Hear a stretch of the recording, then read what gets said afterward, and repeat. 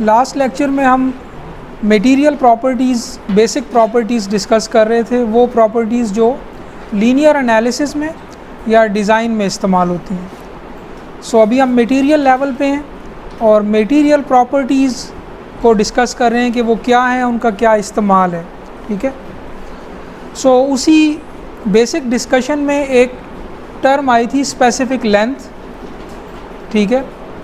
और ये इस तरह से मैंने डिफ़ाइन की थी कि ये वो मैक्सिमम लेंथ है जो कोई भी मटेरियल सपोर्ट कर सकता है। अब वो मैक्सिमम लेंथ कि जब उसका अपना वेट ही उसके इतना हो जाए कि वो उसको सपोर्ट ना कर सके। ठीक है। यानी अगर एक लेट से किसी मटेरियल की ये रॉड है और ये फिक्स है एक एंड से, तो इसकी लेंथ के ऊपर एक मैक्सिमम लिमिट होगी कि जिससे ज़्यादा अगर इस लेंथ को इंक्रीज़ किया जाए तो ये मटेरियल अपने ही वेट से फेल हो जाएगा। ये इसकी डेफिनेशन थी। और इसको हमने डिराइव, इसकी एक्सप्रेशन को कैसे किया था कि हमने टोटल वेट को मैक्सिमम फेलियर लोड यानी उस लोड के इक्वेट कर दिया था जो फेलियर कॉज करेगा। ठीक है। तो जब आपका अपना वेट ही फेलियर लोड के इक्वल हो जाए तो आप देखते हैं कि एक लेंथ की वैल्यू आप कैलकुलेट कर सकते हैं जो क्रॉस सेक्शनल एरिया पे डिपेंड नहीं करेगी बल्कि फेलियर स्ट्रेंथ पे, डेंसिटी पे और जी की वैल्यू पे डिपेंड करेगी। सो इसका मतलब है कि अगर आपको किसी मटेरियल की फेलियर स्ट्रेस दे दी जाए सिग्मा एफ, तो आप एक लेंथ मालूम कर सकते हैं एल जो स्पेसिफिक लेंथ कहलाएगी। और ये एक इंडिपेंडेंट पैरामीटर होगा, यानी ये दूसरे मानों में ये उसकी स्ट्रेंथ को ही रिप्रेजेंट कर रहा होगा, लेकिन ये उस मटेरियल के अपने वेट को भी अकाउंट कर रहा होगा। तो स्ट्रेंथ को रिप्रेजेंट करने का ज़्यादा एक मीनिंगफुल पैरामीटर हो जाएगा। क्योंकि देखें कुछ मटेरियल ऐसे होते हैं जो बहुत हाई वेट रेजिस्ट कर सकते हैं, हाई लोड रेजिस्ट कर सकते हैं, लेकिन उनका अपना वेट भी बहुत होता है। कुछ मटेरियल ऐसे होते हैं जो लाइट वेट होते हैं खुद, लेकिन वो बहुत हाई लोड रेजिस्ट कर सकते हैं। तो कोई ऐसा स्ट्रेंथ का पैरामीटर होना चाहिए जो इस बात को भी अकाउंट करे कि वो मटेरियल कितना स्ट्रेस बर्दाश्त कर सकता है, लेकिन एट द सेम टाइम इस बात को भी काउंट करे कि उसका अपना वेट कितना है। तभी उसके ट्रू पोटेंशियल का पता चल सकेगा ना। जैसे एल्यूमिनियम है, उसका अपना वेट बहुत कम होता है, वो लाइट वेट होता है, लेकिन वो बहुत हाई लोड रेजिस्ट कर सकता है। लेकिन कंक्रीट देख लें कि वो अपना वेट भी उसका बहुत ज़्यादा होता है। डेड लोड भी, एक आम मिड राइज बिल्डिंग अगर आप लेते हैं तो उसके ऊपर आने वाली सारी लोडिंग्स का बड़ा हिस्सा डेड लोड होता है अगर कंक्रीट की बिल्डिंग देखें तो। ठीक है। सो कंक्रीट इस हवाले से कोई बहुत अच्छा मटेरियल ना हुआ क्योंकि उसका अपना वेट भी ठीक ठाक सिग्निफिकेंट होता है। तो ये जो स्पेसिफिक लेंथ है, इसके बारे में कुछ क्वेश्चंस भी मुझे दोबारा से आप लोगों ने किए हैं। सो मैं इसलिए इसको ज़रा दोबारा रिपीट कर रहा हूँ और कुछ एडिशनल इन्फॉर्मेशन भी इसकी देख लें। असल में ये जो कॉन्सेप्ट है ये एक क्वेश्चन के आंसर में बना है, और वो क्वेश्चन ये था, बड़ा इंटरेस्टिंग क्वेश्चन है कि क्या जो बिल्डिंग हम बनाते हैं उसकी हाइट की कोई अपर लिमिट हो सकती है, कितना हाई बना सकते हैं हम। ठीक है। ये क्वेश्चन के आंसर में असल में ये कॉन्सेप्ट बना है। कुछ लोगों का ख्याल था, कुछ अर्ली साइंटिस्ट का या इंजीनियर्स का, कि ऐसी कोई लिमिट एग्जिस्ट नहीं करती। अगर स्ट्रक्चर को की बेस को बढ़ाते जाएं तो उसी रेशो से हम हाइट को भी जितना चाहें बढ़ा सकते हैं। लेकिन असल में इसका दुरुस्त आंसर ये है कि ऐसा नहीं है। एक लिमिट एग्जिस्ट करती है कि जिससे ज़्यादा अगर हाइट को कर दिया जाएगा तो आपका मटेरियल अपने लोड से ही बेस के ऊपर फेल हो जाएगा, चाहे आप उसकी बेस को बढ़ा भी सकें। सो फॉर एग्ज़ाम्पल हमें ओल्ड माइथोलॉजीज़ में ऐसे स्ट्रक्चर्स का जिक्र मिलता है जो ज़मीन से आसमान तक जाते थे। ठीक है। यानी एक रियल क्वेश्चन था कुछ लोगों के लिए कि क्या ऐसा मुमकिन भी है क्या। जैसे फॉर एग्ज़ाम्पल आपने जेकब्स लैडर का सुना होगा, एक ऐसी सीढ़ी जो ज़मीन से आसमान तक जाती है, या मसलन हैंगिंग गार्डन्स बेबीलोन के, या और कोई ऐसे टावर्स जो पुरानी माइथोलॉजी में हमें मिलते हैं, जिनका जिक्र मिलता है, जो ऐसे थे कि वो आसमान तक जाते थे। सो असल में ऐसा मुमकिन ही नहीं है। हर स्ट्रक्चर की हाइट के ऊपर एक लिमिट है और वो लिमिट डिफ़ाइन होगी उसके अंदर यूज़ होने वाले मटेरियल्स की स्ट्रेंथ से। जितनी स्ट्रेंथ ज़्यादा होगी ये हाइट उतनी ज़्यादा हो सकती है, लेकिन ये इनफाइनाइट नहीं हो सकती। हर मटेरियल की एक लिमिट है।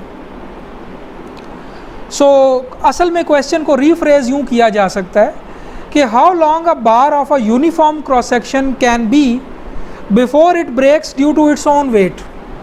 तो इसको इजीली कैलकुलेट किया जा सकता है। अब आजकल के दौर में आप वेट को उस बार की मटेरियल की रेजिस्टेंस या स्ट्रेंथ के इक्वेट कर दें। So weight is equal to tensile resistance, ये हमने करके एक लेंथ कैलकुलेट कर ली जिसको स्पेसिफिक लेंथ कहते हैं। सो वो हमने अभी देखा कि वो किस चीज़ के इक्वल है, वो डेंसिटी पे डिपेंड करती है, वो जी की वैल्यू पे डिपेंड करती है। सो ये एक एब्सोल्यूट लिमिट है उस लेंथ के ऊपर जो बार अटेन कर सकती है। ठीक है। So larger a structure is, larger is the proportion to its own weight to the total load that it can be carried by itself. एक स्ट्रक्चर अगर बड़ा करते जाएं, ठीक है, तो उसका अपना वेट भी बढ़ता जाएगा। ठीक है। तो इसका मतलब ये है कि ठीक है, बड़ा उसकी बेस बड़ा करते जाएं तो वो ज़्यादा से ज़्यादा लोड ले सकता है, लेकिन एट द सेम टाइम उसका अपना वेट भी बढ़ता जाएगा। इसका मतलब है कि जो वो लोड ले सकता है उसको नॉर्मलाइज करें उसके अपने वेट के साथ, तो फिर एक ज़्यादा मीनिंगफुल पैरामीटर मिलेगा स्ट्रेंथ का। ठीक है।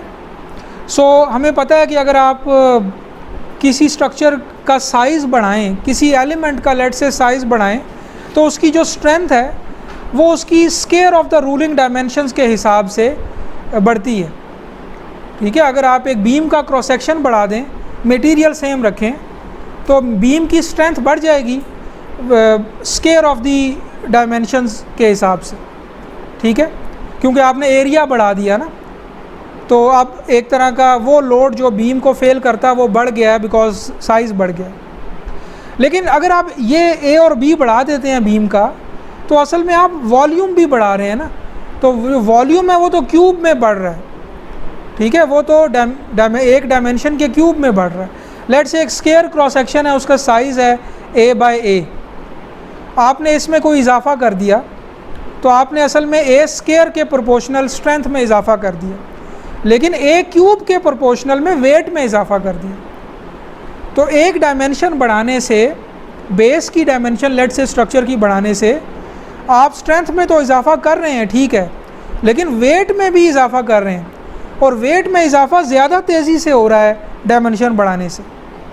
तो इसका मतलब है कि ये टेक्निक कि आप बेस बढ़ाते जाएं तो हाइट बढ़ती जाएगी, ये ज़्यादा देर नहीं चलेगी। एक टाइम आएगा जब वेट आपका यानी क्रॉस सेक्शन साइज़ बढ़ाने से भी काम नहीं चलेगा, वेट आपका इतना ज़्यादा बढ़ चुका होगा कि मटेरियल फिर भी फेल कर जाएगा। तो लिहाजा ये कॉन्सेप्ट के अगर बेस को इनफाइनाइटली बढ़ाते जाएं तो फिर जितना मर्ज़ी हाइट करते जाएं, ये वर्क नहीं करेगा ये प्रिंसिपल। तो एक एब्सोल्यूट लिमिट एग्जिस्ट करती है, और वो लिमिट फंक्शन है डेंसिटी का और मटेरियल की फेल हो जाने वाले स्ट्रेस का, यानी उसकी स्ट्रेंथ का। ठीक है। तो इसका मतलब है कि हमें कम डेंसिटी के मटेरियल चाहिए। देखें ना, अगर लेंथ को बढ़ाना है तो क्या करना पड़ेगा, इसकी एक्सप्रेशन देखें ना, ये लेंथ को बढ़ाने के लिए कम डेंसिटी का मटेरियल चाहिए जिसकी सिग्मा एफ हाई हो, क्योंकि जी को तो नहीं आप छेड़ सकते ना। तो अच्छा मटेरियल वो होगा जिसकी स्पेसिफिक लेंथ ज़्यादा होगी, यानी जिसकी अपनी डेंसिटी कम होगी और एट द सेम टाइम वो लोड कैरिंग कैपेसिटी ज़्यादा रखता होगा। ठीक है। तो ये लेंथ ज़्यादा अच्छा पैरामीटर है कि ये बताए कि कौन सा मटेरियल कंप्रेशन में सही रहेगा, कौन सा टेंशन में सही रहेगा। ठीक है। कौन सा मेटल किस जगह यूज़ हो सकता है। तो ये ज़्यादा अच्छा पैरामीटर है बनिस्बत सिर्फ सिग्मा एफ़ के, क्योंकि सिग्मा एफ़ एक एब्सोल्यूट सी चीज़ है, वो आपको ये नहीं बताता कि इसका अपना वेट किस हिसाब से बढ़ेगा।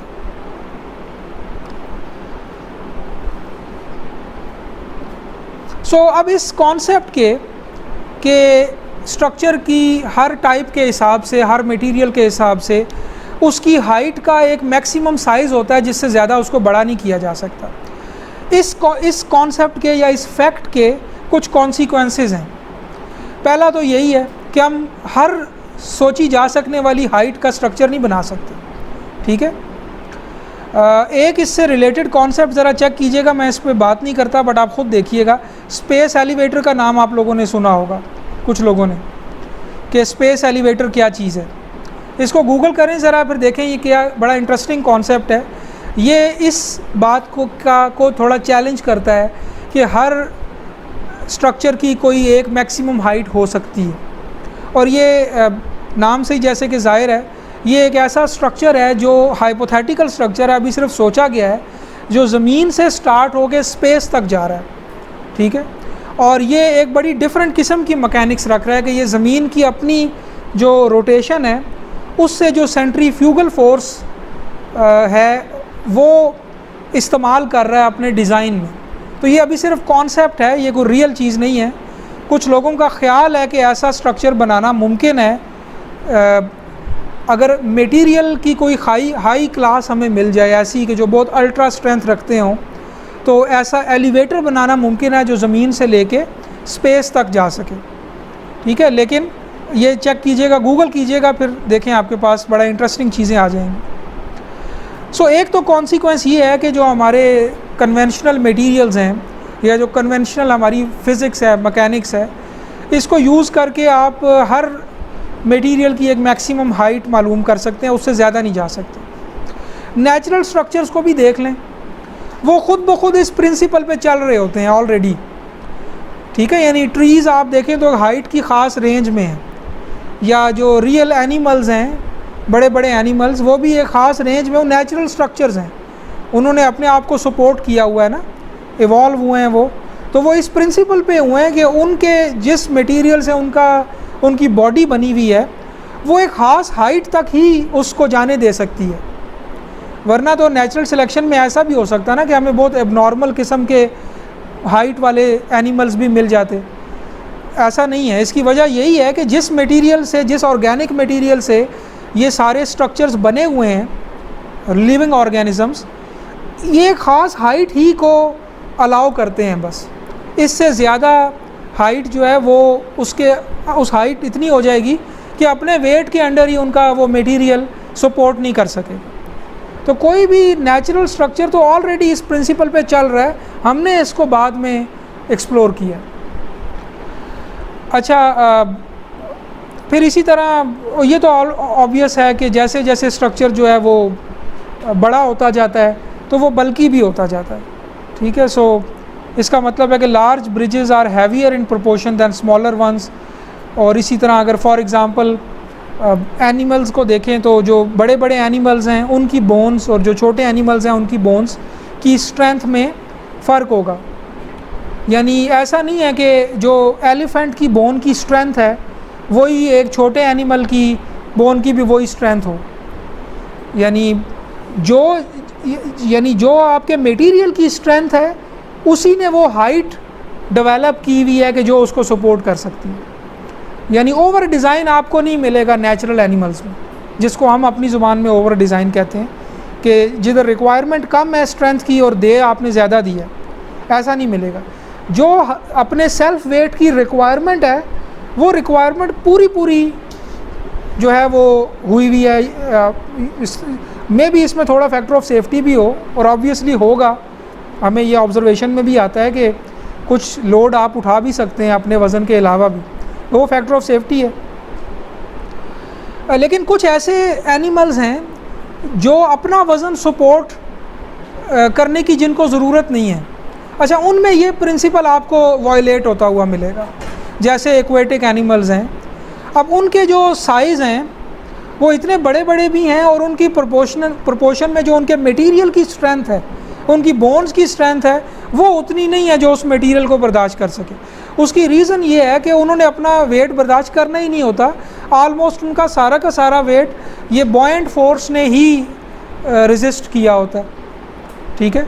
सो लिहाजा उधर ये रिक्वायरमेंट ही नहीं है कि अब सेल्फ वेट को रेजिस्ट करना है या सपोर्ट करना है, लिहाजा उधर आपको इसकी वायलेशन मिलेगी। यानी जो आप को मटेरियल स्ट्रेंथ अवेलेबल है बॉडी की और जो अपना सेल्फ वेट है वो बराबर नहीं हो रहा होगा, ठीक है, यानी सेल्फ वेट बहुत ज़्यादा होगा और उसका अपना मटेरियल स्ट्रेंथ बहुत कम होगा, राइट। सो ये एक बड़ी काइंड ऑफ जनरल ऑब्जर्वेशन है, इसको अगर फ़िलोसॉफिकल ऑब्जर्वेशन भी कह दिया जाए तो भी दुरुस्त होगा कि देखें एक बड़ा प्राइमरी किस्म का सवाल था कि क्या कोई लिमिट है कि हम कितना हाई बिल्ड कर सकते हैं और उससे हमने कितने यूज़फुल चीज़ें और एक नया कॉन्सेप्ट जो है वो बना लिया। सो ये सिर्फ एक स्लाइड की जेल में आया था, बट मैंने इसको ज़्यादा डिटेल से एक्सप्लेन कर दिया बिकॉज़ कुछ क्वेश्चंस आपके मुझे आए हैं इस बारे में। अगर आप सर्च करें इंटरनेट पे तो आपको इस तरह के टेबल मिल जाएंगे जिसमें हर मटेरियल की ये स्पेसिफ़िक स्ट्रेंथ या स्पेसिफ़िक लेंथ, देखिए ये मीटर्स के यूनिट में है, ठीक है, ये आपको मिल जाएगी और कंप्रेशन और टेंशन में अलग अलग मिल जाएगी। मसलन स्टोन में देखें तो ग्रेनाइट की टेंसाइल में स्पेसिफिक लेंथ है 1400 मीटर्स, कंप्रेशन में है 7000 मीटर्स। अगर आपको सिंपल ये कह दिया जाए 40 न्यूटन पर मिलीमीटर स्क्वायर यानी 40 मेगापास्कल और 200 मेगापास्कल, ये दो नंबर ज़्यादा अच्छा आइडिया नहीं देते ग्रेनाइट के बारे में कि ये कितना अच्छा मटेरियल है।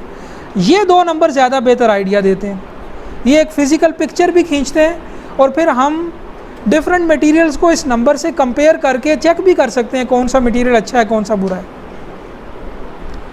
अच्छा, इसी में आ जाएं, जैसे ये नॉर्मल कंक्रीट को देख लें 9900, मतलब टेंसाइल स्ट्रेंथ कंप्रेशन के ऑलमोस्ट 10 टाइम्स है, ठीक है, सॉरी 1/10 है टेंसाइल स्ट्रेंथ, कंप्रेशन स्ट्रेंथ के 1/10 है। और अब आप इस नंबर को ज़रा कंपेयर कर लें, देखें ये अलोंग द ग्रेन टिम्बर की सिचुएशन देखें, टेंसाइल में 24,000, स्टील को ज़रा देखें 8000 हाई स्ट्रेंथ स्टील, और फिर वेरी हाई स्ट्रेंथ, और ये वो हैं जो pre stress ultra high strength tendons होते हैं, लेकिन नॉर्मल ये 8000। कंप्रेशन और टेंशन में स्टील का सेम स्ट्रेंथ है, लेकिन आप देखें अलोंग द ग्रेन टिम्बर जो है वो टेंसाइल जो उसकी कैपेसिटी है उसमें 3 गुना बन जाता है, 3 गुना ज़्यादा है टिम्बर इस पैरामीटर के हिसाब से, 3 गुना अच्छा है स्टील की निस्बत। अगर आप सिर्फ टेंसाइल स्ट्रेंथ कंपेयर करते हैं 120 और 600 तो ये थोड़ा सा मिसलीडिंग है आपको, ठीक है, कि आप जब देखते हैं कि जो टिम्बर है वो ख़ुद लाइट वेट है और वो बड़ा अच्छा टेंसाइल स्ट्रेंथ दे रहा है अलोंग द ग्रेन, ठीक है, और जब आप नॉर्मलाइज करते हैं उस पैरामीटर को उसके अपने वेट के साथ तो उसमें वो बाजी ले जाता है। टिम्बर स्टील से भी ज़्यादा अच्छा परफॉर्म कर रहा है अगर आप कैपेसिटी के साथ साथ उसके अपने वेट को भी कंसिडर करें, ठीक है। सो इस तरह से आप मुख्तलिफ मटीरियल्स को कंपेयर कर सकते हैं। सो इससे हमें कुछ फर्दर रिज़ल्ट भी निकलते हैं, कौन से मटेरियल कंप्रेशन में यूज़ करने चाहिए, कौन से टेंशन में करने चाहिए, ठीक है। टिम्बर को जैसे मैंने बताया कि बड़ी एक्सीलेंट परफॉर्मेंस दे रहा है अगर आप इसका अपना वेट भी ज़रा कंसिडर करें। एल्यूमिनियम को देख लें, फिर इसी तरह आपको ये पता चल जाएगा कि वो एप्लीकेशंस जहाँ पर आपको सेल्फ वेट कम चाहिए, स्ट्रेंथ ज़्यादा चाहिए, वहाँ कौन सा मटेरियल काम में अच्छा होगा। एयरक्राफ्ट बनाने के लिए कौन सा मटेरियल बेहतर है, ठीक है। फिर इसी तरह आपको कुछ ऐसे छोटे मॉडल बनाने होते हैं स्ट्रक्चर्स के जिनका अपना वेट आपने नेग्लिजिबल रखना होता है, ठीक है, लेकिन वो बड़े स्ट्रक्चर की स्ट्रेंथ को रिप्रेजेंट कर रहे हों, जैसे छोटे छोटे वुडन मॉडल्स होते हैं बालसा वुड के और बाकी चीज़ों के। तो ये ऐसे मटेरियल्स हैं जो इस तरह आइडेंटिफाई होते हैं कि इनकी स्पेसिफिक स्ट्रेंथ बड़ी अच्छी होती है, स्पेसिफिक लेंथ बड़ी अच्छी होती है। एक और भी इससे रिलेटेड कॉन्सेप्ट है स्पेसिफिक मॉडुलस, कि आप इलास्टिक मॉडुलस को डेंसिटी से नॉर्मलाइज कर लें, ठीक है, तो भी एक पैरामीटर आ जाएगा जिसको स्पेसिफिक मॉडुलस कहेंगे। तो ये भी एक तरह का स्पेसिफिक लेंथ टाइप का ही पैरामीटर है, क्योंकि आपने एक तरह का इलास्टिक मॉडुलस को यानी स्टिफनेस ऑफ द मटेरियल को उसकी डेंसिटी से नॉर्मलाइज कर लिया, तो वेट का इफ़ेक्ट भी काउंट कर लिया। तो अब इसमें भी देखें आपके पास माइल्ड स्टील का नंबर और इवन इस हिसाब से देखें तो चूँकि डेंसिटी सेम है तो इलास्टिक मॉडुलस भी सेम है, तो ये सारे टाइप के मटेरियल्स का नंबर आलमोस्ट सेम ही है सारे टाइप के स्टील का, क्योंकि इलास्टिक मॉडुलस असल में स्ट्रेस स्ट्रेन कर्व की स्लोप है। तो स्टील के केस में चाहे हाई स्ट्रेंथ हो चाहे लो स्ट्रेंथ हो, मोस्टली जो स्टार्टिंग स्लोप है वो 200 गीगापास्कल ही होती है। ठीक है, तो जब आप उस एक कांस्टेंट नंबर को डेंसिटी से नॉर्मलाइज करेंगे तो चाहे हाई स्ट्रेंथ हो चाहे लो स्ट्रेंथ हो, नंबर आलमोस्ट सेम ही आएगा। बट ये भी एक पैरामीटर है जिससे आप मटेरियल्स को क्लासीफाई कर सकते हैं। फिर एक मटेरियल की क्लासिफिकेशन है जो डायरेक्शनल क्लासिफिकेशन है, इसका भी जिक्र पहले हो चुका है। आइसोट्रोपिक का मतलब वो मटेरियल जिसकी हर डायरेक्शन में, हर ओरिएंटेशन में, हर लोकल एक्सिस में एक जैसी प्रॉपर्टीज़ हैं। ठीक है, सो इसका मतलब एक और भी है कि जो शीयरिंग बिहेवियर है is uncoupled from extensional behaviour and is not affected by temperature change. यानी आप मटेरियल को जब एक डायरेक्शन में एक्सटेंड कर रहे हैं तो दूसरी डायरेक्शन में शीयर नहीं प्रोड्यूस हो रही, ये एजम्पशन है इसके अंदर जब आप आइसोट्रोपिक एज्यूम कर रहे हैं। ऑर्थोट्रोपिक में परपेंडिकुलर एक्सिस में प्रॉपर्टीज़ डिफरेंट हो सकती हैं, यानी 1, 2, 3 एक्सिस जो हैं इनमें डिफरेंट नंबर्स हो सकते हैं। एन आइसोट्रोपिक में ये है कि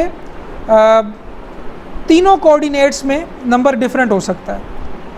इसमें शीयरिंग बिहेवियर फिर भी अनकपल एज्यूम किया जाता है ऑर्थोट्रोपिक में, ऑल्दो के इलास्टिक मॉडुलस 1, 2, 3 का डिफरेंट हो सकता है। जो थर्ड है एन आइसोट्रोपिक, इसमें और ऑर्थोट्रोपिक में ये फ़र्क है कि shearing behaviour fully coupled assume किया जाता है। यानी जो ये वाली जो मैट्रिक्स है जिसमें जो स्ट्रेस को स्ट्रेन वेक्टर्स के साथ रिलेट करती है, यानी जिसको मैंने डी मैट्रिक्स का नाम दिया हुआ था, ये फुल्ली कपल्ड होती है। इसमें ऑफ डायगोनल टर्म्स भी होती हैं एन आइसोट्रोपिक में।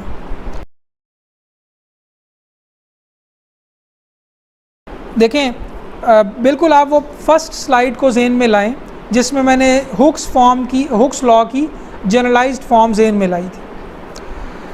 वो ये थी कि एक सिग्मा वेक्टर होता है जो स्ट्रेस वेक्टर कहलाता है। इसमें 6 कंपोनेंट्स होते हैं जिनमें 3 डायरेक्ट स्ट्रेसेस होते हैं, 3 शीयर स्ट्रेसेस होते हैं। ये रिलेट हो रहा होता है स्ट्रेन वेक्टर के साथ जिसमें 3 डायरेक्ट स्ट्रेन्स होती हैं और 3 शीयर स्ट्रेन्स होती हैं। ये रिलेट हो रहा होता है एक डी मैट्रिक्स के साथ, और डी मैट्रिक्स एक स्केयर मैट्रिक्स होती है जो कि इलास्टिक मॉडुलस और पॉइजन्स रेशो की फंक्शन होती है। अगर तो ये डी मैट्रिक्स डायगोनल मैट्रिक्स है और ऑफ डायगोनल टर्म ज़ीरो है सारी, फिर तो मैं ये कह सकता हूँ कि स्ट्रेसेस आपस में अनकपल्ड हैं, बल्कि मैं सिंप्लिसिटी के लिए वो अगर उसी स्लाइड पे चला ही जाऊँ, ऑल्दो कि वो बिल्कुल एक स्टार्टिंग चीज़ थी। ये देखें, ये है हुक्स लॉ का जनरलाइज्ड वर्जन लेकिन आइसोट्रोपिक मटेरियल के लिए। इसके अंदर देखें क्या हो रहा है कि ये जो शीयर स्ट्रेसेस हैं इनके कॉरिस्पॉन्डिंग जो आखिरी 3 रोज़ हैं या कॉलम्स हैं, ये डायगोनल हैं, इनमें सिर्फ डायगोनल एंट्री है, ऑफ डायगोनल टर्म ज़ीरो हैं। तो जब आप इस इक्वेशन को ज़रा सिंपली मल्टीप्लाई करें ना और सिंपल इक्वेशन बनाएंगे, टॉ एक्स वाई की क्या इक्वेशन बनती है? टॉ एक्स वाई की इक्वेशन में आप देखेंगे सिग्मा एक्स और सिग्मा वाई और सिग्मा जेड नहीं आ रहे होंगे। क्यों नहीं आ रहे होंगे? बिकॉज उनके कॉरिस्पॉन्डिंग जो पहले 3 नंबर हैं उनके कॉरिस्पॉन्डिंग जो एंट्रीज़ हैं वो ज़ीरो हैं सारी। ठीक है, तो इसका मतलब है कि इसमें ये बाय डिफ़ॉल्ट एज्यूम हुआ है इस फॉर्मूलेशन में कि शीयर स्ट्रेस और डायरेक्ट स्ट्रेस आपस में अनकपल्ड हैं। अनकपल्ड का मतलब है एक दूसरे पे फ़र्क नहीं डाल रहे। मैं अगर सिग्मा एक्स में इजाफा करता हूँ तो किसी टॉ पे फ़र्क नहीं पड़ेगा, और इसी तरह टॉ में चेंज करता हूँ तो सिग्मा पे नहीं पड़ेगा। ये इस वजह से है कि ये जो मेरी रिलेट करने वाली मैट्रिक्स है जिसको मैं डी मैट्रिक्स कह रहा हूँ, या डिफरेंट बुक्स में इसका डिफरेंट नाम है, ई मैट्रिक्स भी कह सकते हैं, ये इस तरह से बनाई गई है कि इसमें ये एजम्पशन की गई है कि ये अनकपल्ड है। इमेजिन करें कि यहाँ पर भी एंट्रीज़ होती, नॉन ज़ीरो एंट्रीज़ होती कुछ, तो क्या होता? फिर तो आपकी टॉ एक्स वाई की इक्वेशन अगर इसमें से एक निकालते हैं उसमें तो ये 3 भी आ रहे होंगे, इसका मतलब है कि ये कपल्ड हो गए आपस में, ठीक है। तो एन आइसोट्रोपिक मटेरियल के केस में ये सारे ज़ीरो नहीं होंगे, जो अभी आपको ऊपर भी नज़र आ रहे हैं, नीचे भी नज़र आ रहे हैं। अच्छा, इसके अंदर जो डायरेक्ट स्ट्रेसेस हैं वो आपस में कपल्ड हैं, बिकॉज देखें सिग्मा एक्स की इक्वेशन में सिग्मा वाई और जेड भी आ रहे होंगे, बिकॉज ये देखें ना, ये ऑफ डायगोनल एंट्रीज यहाँ पे ऊपर हैं, लेकिन जो निचली 3 रोज़ और अगले 3 कॉलम्स हैं उनमें सारे ज़ीरो हैं। तो डायरेक्ट स्ट्रेसेस और शीयर स्ट्रेसेस अनकपल्ड हैं, लेकिन डायरेक्ट स्ट्रेसेस आपस में कपल्ड हैं। अगर आप यानी इस तरह के किसी मटेरियल पर डायरेक्ट कंप्रेशन लगाते हैं तो बाकी 2 परपेंडिकुलर एक्सिस में एलोंगेशन हो जाएगी, यानी एक सिग्मा एक्स की वजह से सिग्मा वाई और सिग्मा जेड अफेक्ट हो जाएंगे, लेकिन उसकी वजह से शीयर स्ट्रेस अफेक्ट नहीं होंगे। लेकिन एन आइसोट्रोपिक मटेरियल में क्या होगा कि ये ऑफ डायगोनल ज़ीरोज़ भी कोई नॉन ज़ीरो वैल्यूज़ होंगी। आपको मैकेनिक्स ऑफ मटेरियल्स की बुक में वो भी वर्जन मिल जाएगा, एन आइसोट्रोपिक की फॉर्मूलेशन भी, उसका हुक्स लॉ भी मिल जाएगा, और उसमें आप देखेंगे वो कपल्ड होंगे आपस में, ठीक है। सो इसका मतलब है कि जब आप सॉफ्टवेयर में डिफ़ाइन कराएंगे तो आपको ये बताना पड़ेगा किसी भी मटेरियल के बारे में कि ये आइसोट्रोपिक है, ऑर्थोट्रोपिक है या एन आइसोट्रोपिक है। उस हिसाब से इनपुट्स भी चेंज हो जाएंगी। कुछ मिसालें देख लें। अच्छा, वैसे तो हर तरह का मटेरियल, रियल मटेरियल हमेशा एन आइसोट्रोपिक ही होगा, बहुत ही कोई आइडियल मटेरियल होगा जो आइसोट्रोपिक जिसको करार दिया जा सकता है, but for the purpose of our own simplification steel को हम आइसोट्रोपिक कंसिडर करते हैं, और जो भी हम लाइन टाइप मेंबर्स में यानी बीम में, कॉलम में, क्योंकि उसमें हमें ये चीज़ ख्याल नहीं रखनी होती कि देखें अगर बीम पर एक्सियल कंप्रेशन आएगी या कॉलम पर तो वो थोड़ा सा स्ट्रेच भी होगा बाकी डायमेंशंस में, इस चीज़ ये कोई सिग्निफिकेंट बिहेवियर नहीं होता, तो लिहाजा हम उसको आइसोट्रोपिक ही मान लेते हैं, ठीक है। इज़म्पशन ये की जा सकती है, लेकिन जो 2 डायमेंशनल किस्म के एलिमेंट्स हैं उनको ऑर्थोट्रोपिक करार दिया जा सकता है, यानी मेटल डेक्स हो गए, आरसी स्लैब्स हो गई, और फिर जो बिल्कुल ही ऐसे मटेरियल हैं जो बिल्कुल एविडेंट है कि वो हर डायरेक्शन में डिफरेंट बिहेवियर देंगे, ठीक है, जैसे सॉइल है, रबर्स हैं, स्पेशल मटेरियल्स हैं, उनको तो एन आइसोट्रोपिक ही देंगे, उनमें बिहेवियर कपल्ड होगा, ठीक है। जो आपका ये वुडन मटेरियल है, टिम्बर है, ये अलोंग द ग्रेन्स और perpendicular to grain different properties रखता है, ठीक है। जब आप इसको टेस्ट करते हैं तो ये साथ स्पेसिफाई करते हैं कि ये रिजल्ट्स अलोंग द ग्रेन है या परपेंडिकुलर टू द ग्रेन, ठीक है। ये एक ऑर्थोट्रोपिक मटेरियल है।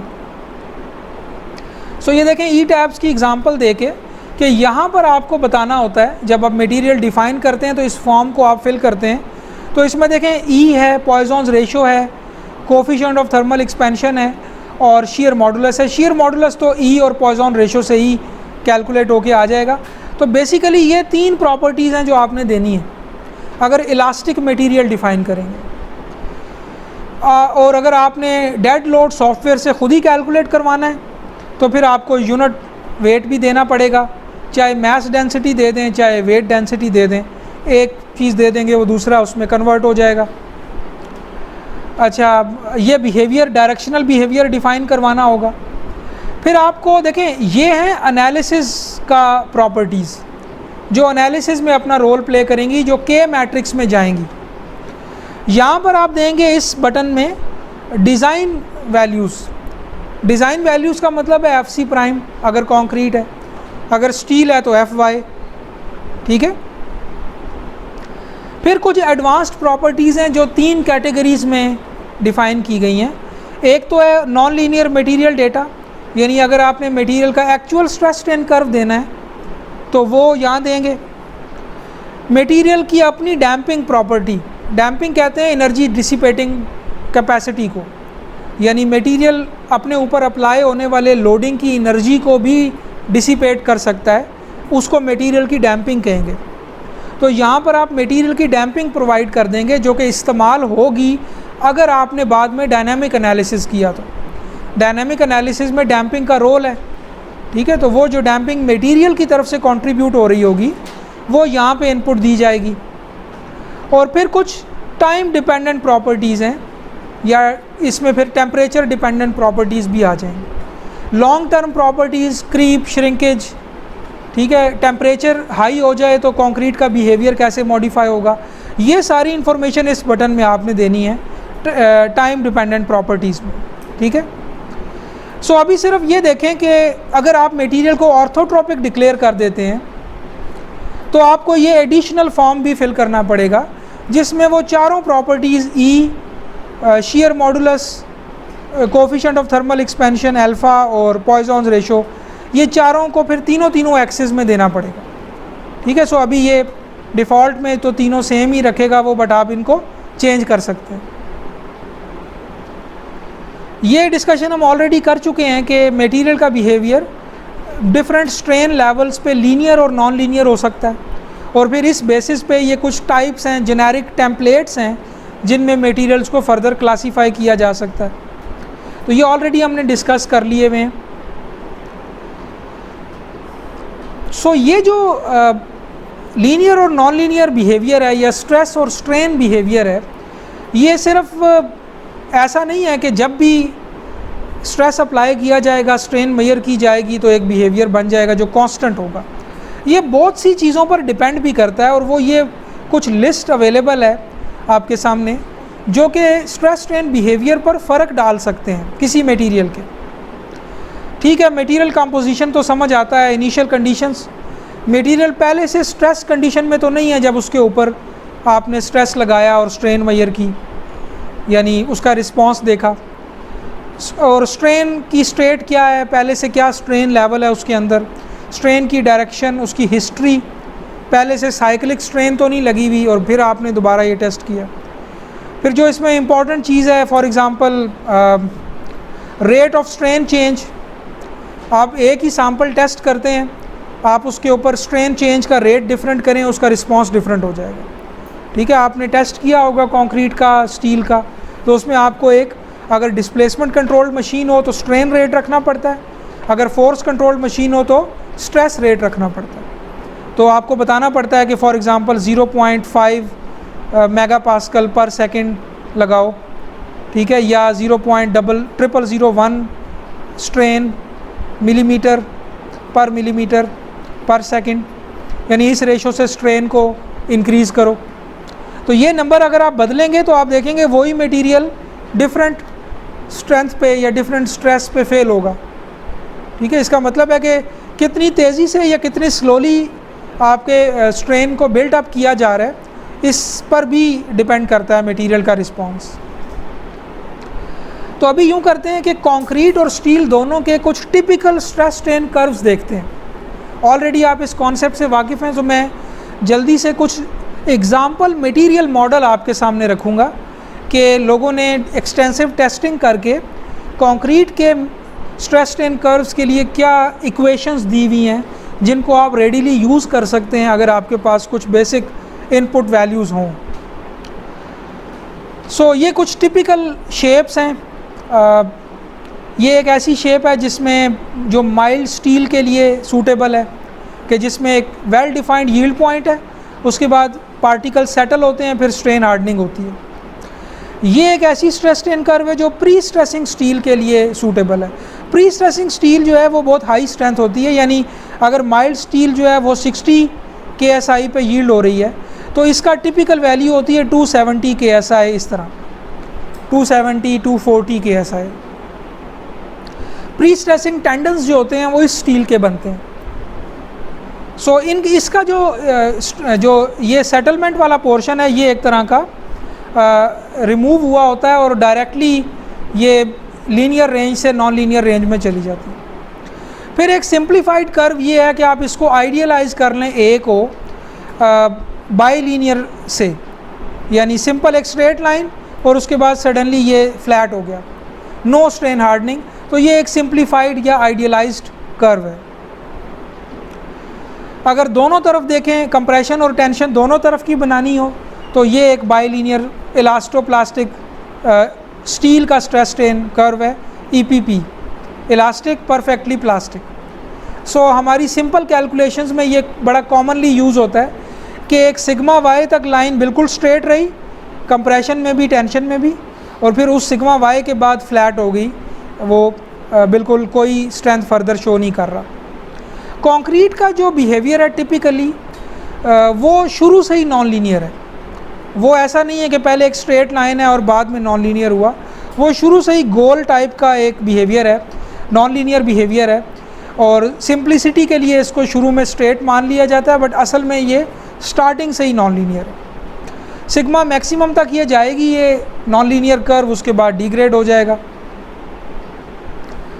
सो एक एग्जांपल देखें कि जो आम तौर पे कंक्रीट के लिए स्ट्रेस स्ट्रेन कर्व्स यूज़ होती हैं।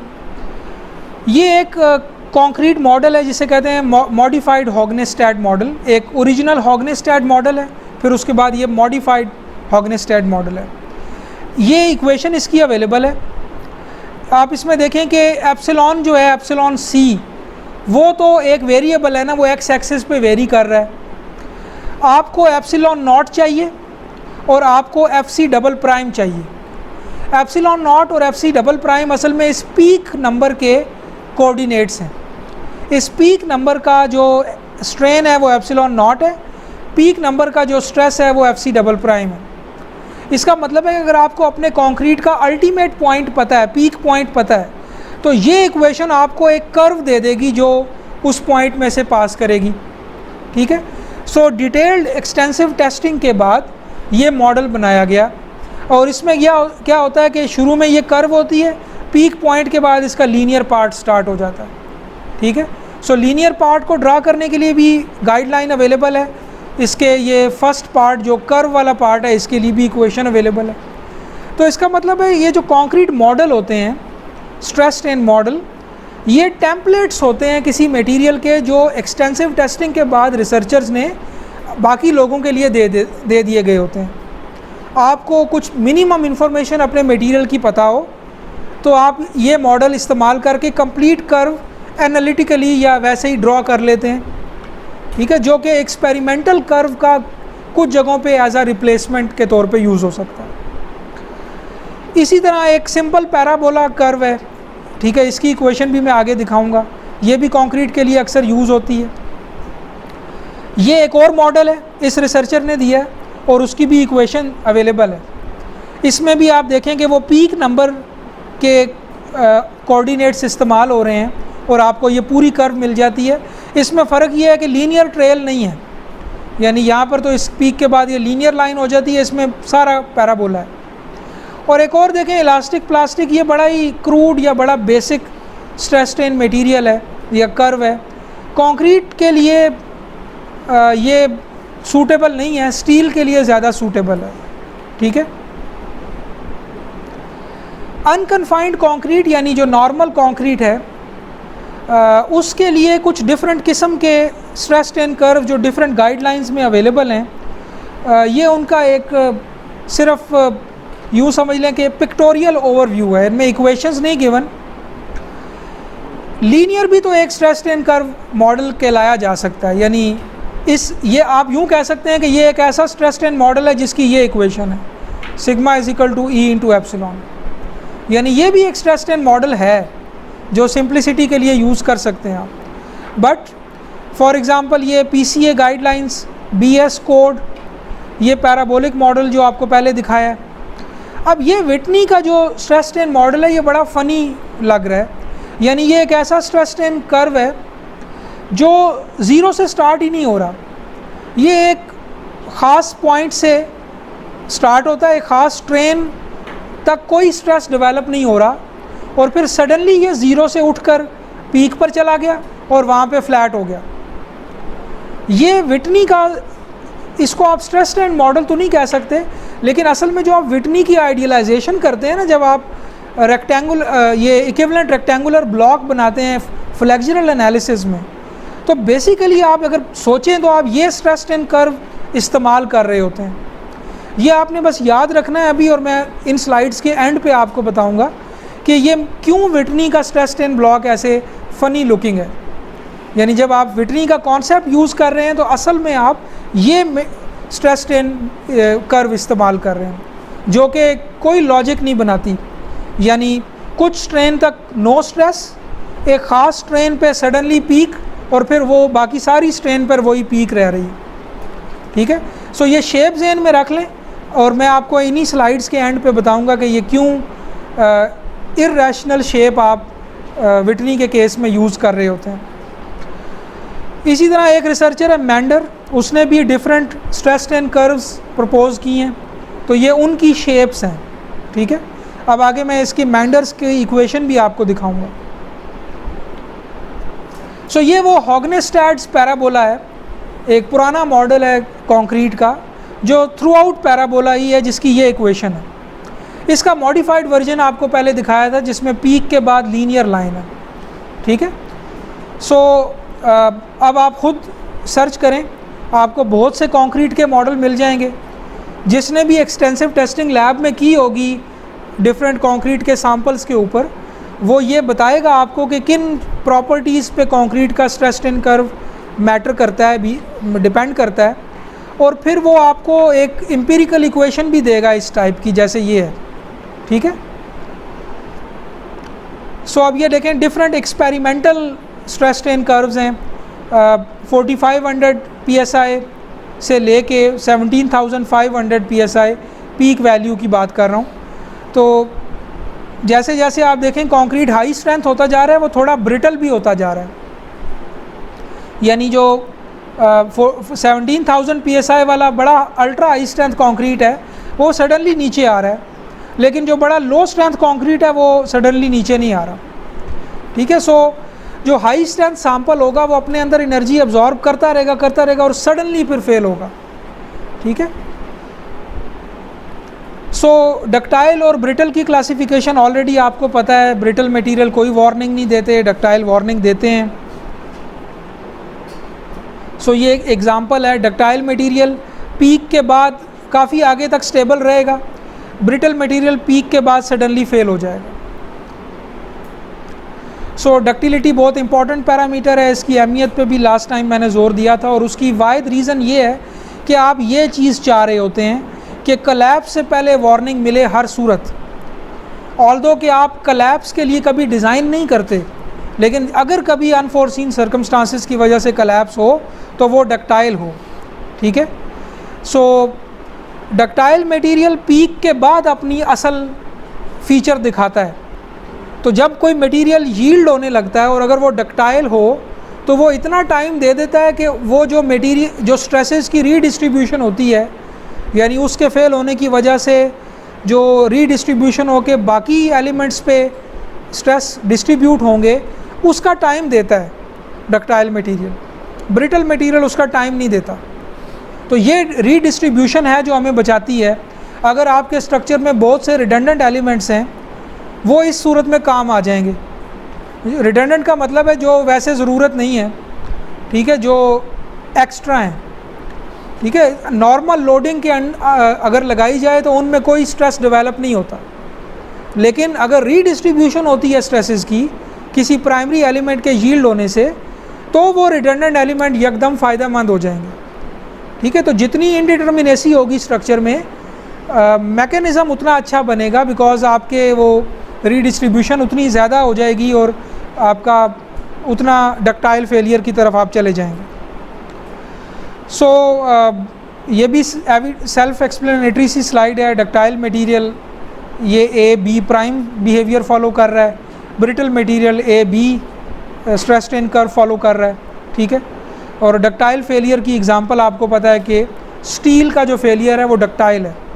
स्टील की डक्टिलिटी रेशो मैंने डिफ़ाइन की थी, तो उससे बताया था कि वो 20 to 25 तक हो सकती है। सो ये रेशो जिसको म्यू से रिप्रेजेंट किया जाता है D U over D Y.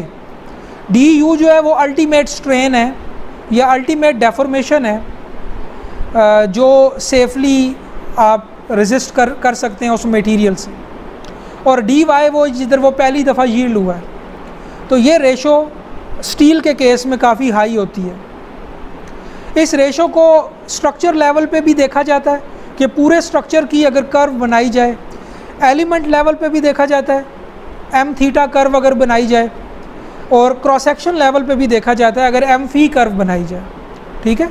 सो ये जो रेशो है इसमें ये ज़रूरी नहीं है कि डी यू और डी वाई स्ट्रेन्स ही हों, ये कर्वेचर भी हो सकते हैं, ये रोटेशंस भी हो सकती हैं, ये रूफ डिस्प्लेसमेंट्स भी हो सकती हैं, ठीक है, कि वो डिस्प्लेसमेंट जिस पे स्ट्रक्चर यील्ड हुआ है पहली दफ़ा और वो लास्ट डिस्प्लेसमेंट जिस पे जाके अल्टीमेट फेल हो जाएगा, इनकी रेशो भी हो सकती है, वो पूरे स्ट्रक्चर की डक्टिलिटी हो गई, ठीक है।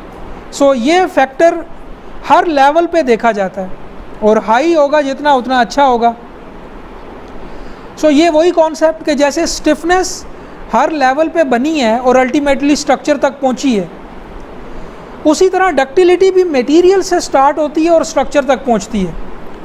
पोस्ट पीक बिहेवियर का अच्छा होना यानी डक्टिलिटी, ये भी एक ऐसी प्रॉपर्टी है जो मटेरियल से चलती है और पूरे स्ट्रक्चर तक पहुंचती है। अगर आपने मटेरियल डक्टाइल बना दिया, यूज़ कर लिया, उससे क्रॉस सेक्शन डक्टाइल बन जाएगा, उससे जो मेंबर बनेगा उस क्रॉस सेक्शन से वो डक्टाइल बन जाएगा और उससे जो फाइनली स्ट्रक्चर बनेगा वो भी डक्टाइल बन जाएगा। तो अगर आपका मटेरियल बिहेवियर यानी स्ट्रेस स्ट्रेन कर्व ही ऐसा है कि वो पीक के बाद काफ़ी आगे तक जा रहा है, तो आप खुद देखेंगे कि जो उससे मोमेंट कर्वेचर बनेगी वो भी डक्टाइल बनेगी, जो उस मोमेंट कर्वेचर से मोमेंट रोटेशन बनेगी वो भी डक्टाइल बनेगी, और उससे पूरे स्ट्रक्चर की अगर ग्लोबल डक्टिलिटी देखी जाए, मसलन ultimate roof displacement divided by yield roof displacement, तो वो भी डक्टाइल बनेगा, ठीक है। तो जैसे के मैट्रिक्स की कंस्ट्रक्शन है उसी तरह डक्टाइल बिहेवियर का भी उसी तरह से फ्लो है, वही हायरार्की है। अब कंक्रीट की स्पेसिफिकली एग्जांपल में एक पैरामीटर है जिसे कहते हैं कन्फाइनमेंट।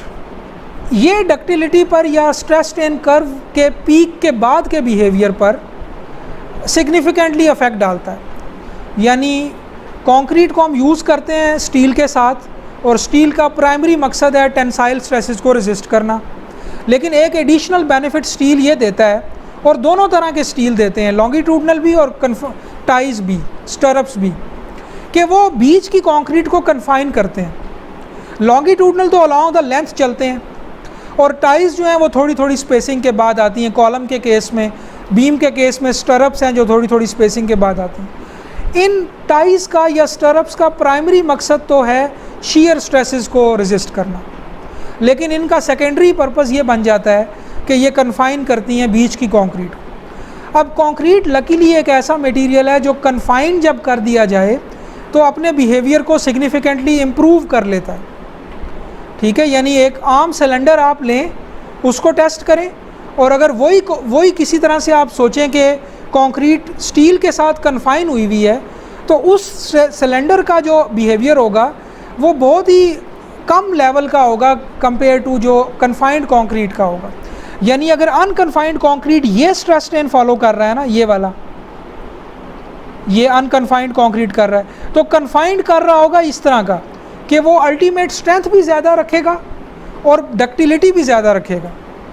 दोनों एक्स एक्सिस में और वाई एक्सिस में बिहेवियर इम्प्रूव हो जाएगा, ठीक है। और ये शुरू में सेम रहेगा, जब लो स्ट्रेस है तो अनकन्फाइंड और कन्फाइंड दोनों सेम बिहेव करेंगे, बट जब स्ट्रेस बढ़ेगा तो कन्फाइंड कंक्रीट आप देखेंगे बड़ा सिग्निफिकेंटली इम्प्रूव हो जाएगा। इसका मतलब ये हुआ कि स्टील को अगर ज़रा यूँ समझ लें कि क्लेवर तरीके से दिया जाए, अक्लमंदी से अगर स्टील को डिस्ट्रीब्यूट किया जाए, अपने प्राइमरी मकसद के अलावा वो ये एडिशनल बेनिफिट भी दे रहा है कि कंक्रीट का बिहेवियर भी इम्प्रूव कर रहा है।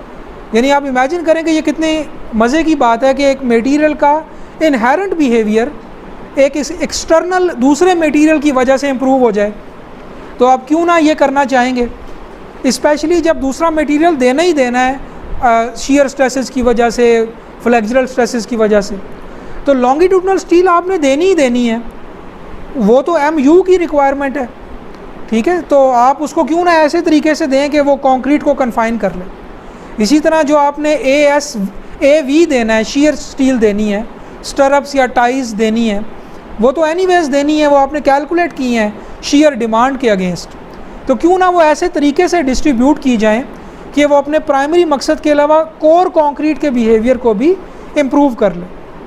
तो इसका मतलब है कि अब आपके पास कुछ ऐसे कंक्रीट मॉडल्स भी होंगे जो कन्फाइंड मॉडल्स होंगे, यानी वो कन्फाइंड कंक्रीट के स्ट्रेस स्ट्रेन कर्व की इक्वेशन होगी, और उसके अंदर जो पैरामीटर यूज़ हो रहे होंगे वो क्या होंगे कि कन्फाइनिंग स्टील की अमाउंट कितनी है, कन्फाइनिंग स्टील का डाया कितना है, यानी स्टील की प्रॉपर्टीज़ इस्तेमाल होंगी कंक्रीट के स्ट्रेस स्ट्रेन कर्व को प्लॉट करने के लिए। क्योंकि अब आपने ये देख लिया कि कन्फाइंड कंक्रीट का बिहेवियर स्टील की कन्फाइनिंग स्टील के ऊपर डिपेंड करना शुरू हो गया। ठीक है, ये बात क्लियर है सबको? तो कन्फाइंड कंक्रीट के भी स्ट्रेस स्ट्रेन मॉडल होते हैं। तो अक्सर ये होता है कि एक रिसर्चर अनकन्फाइंड के लिए भी एक इक्वेशन देता है और कन्फाइंड के लिए भी एक इक्वेशन देता है।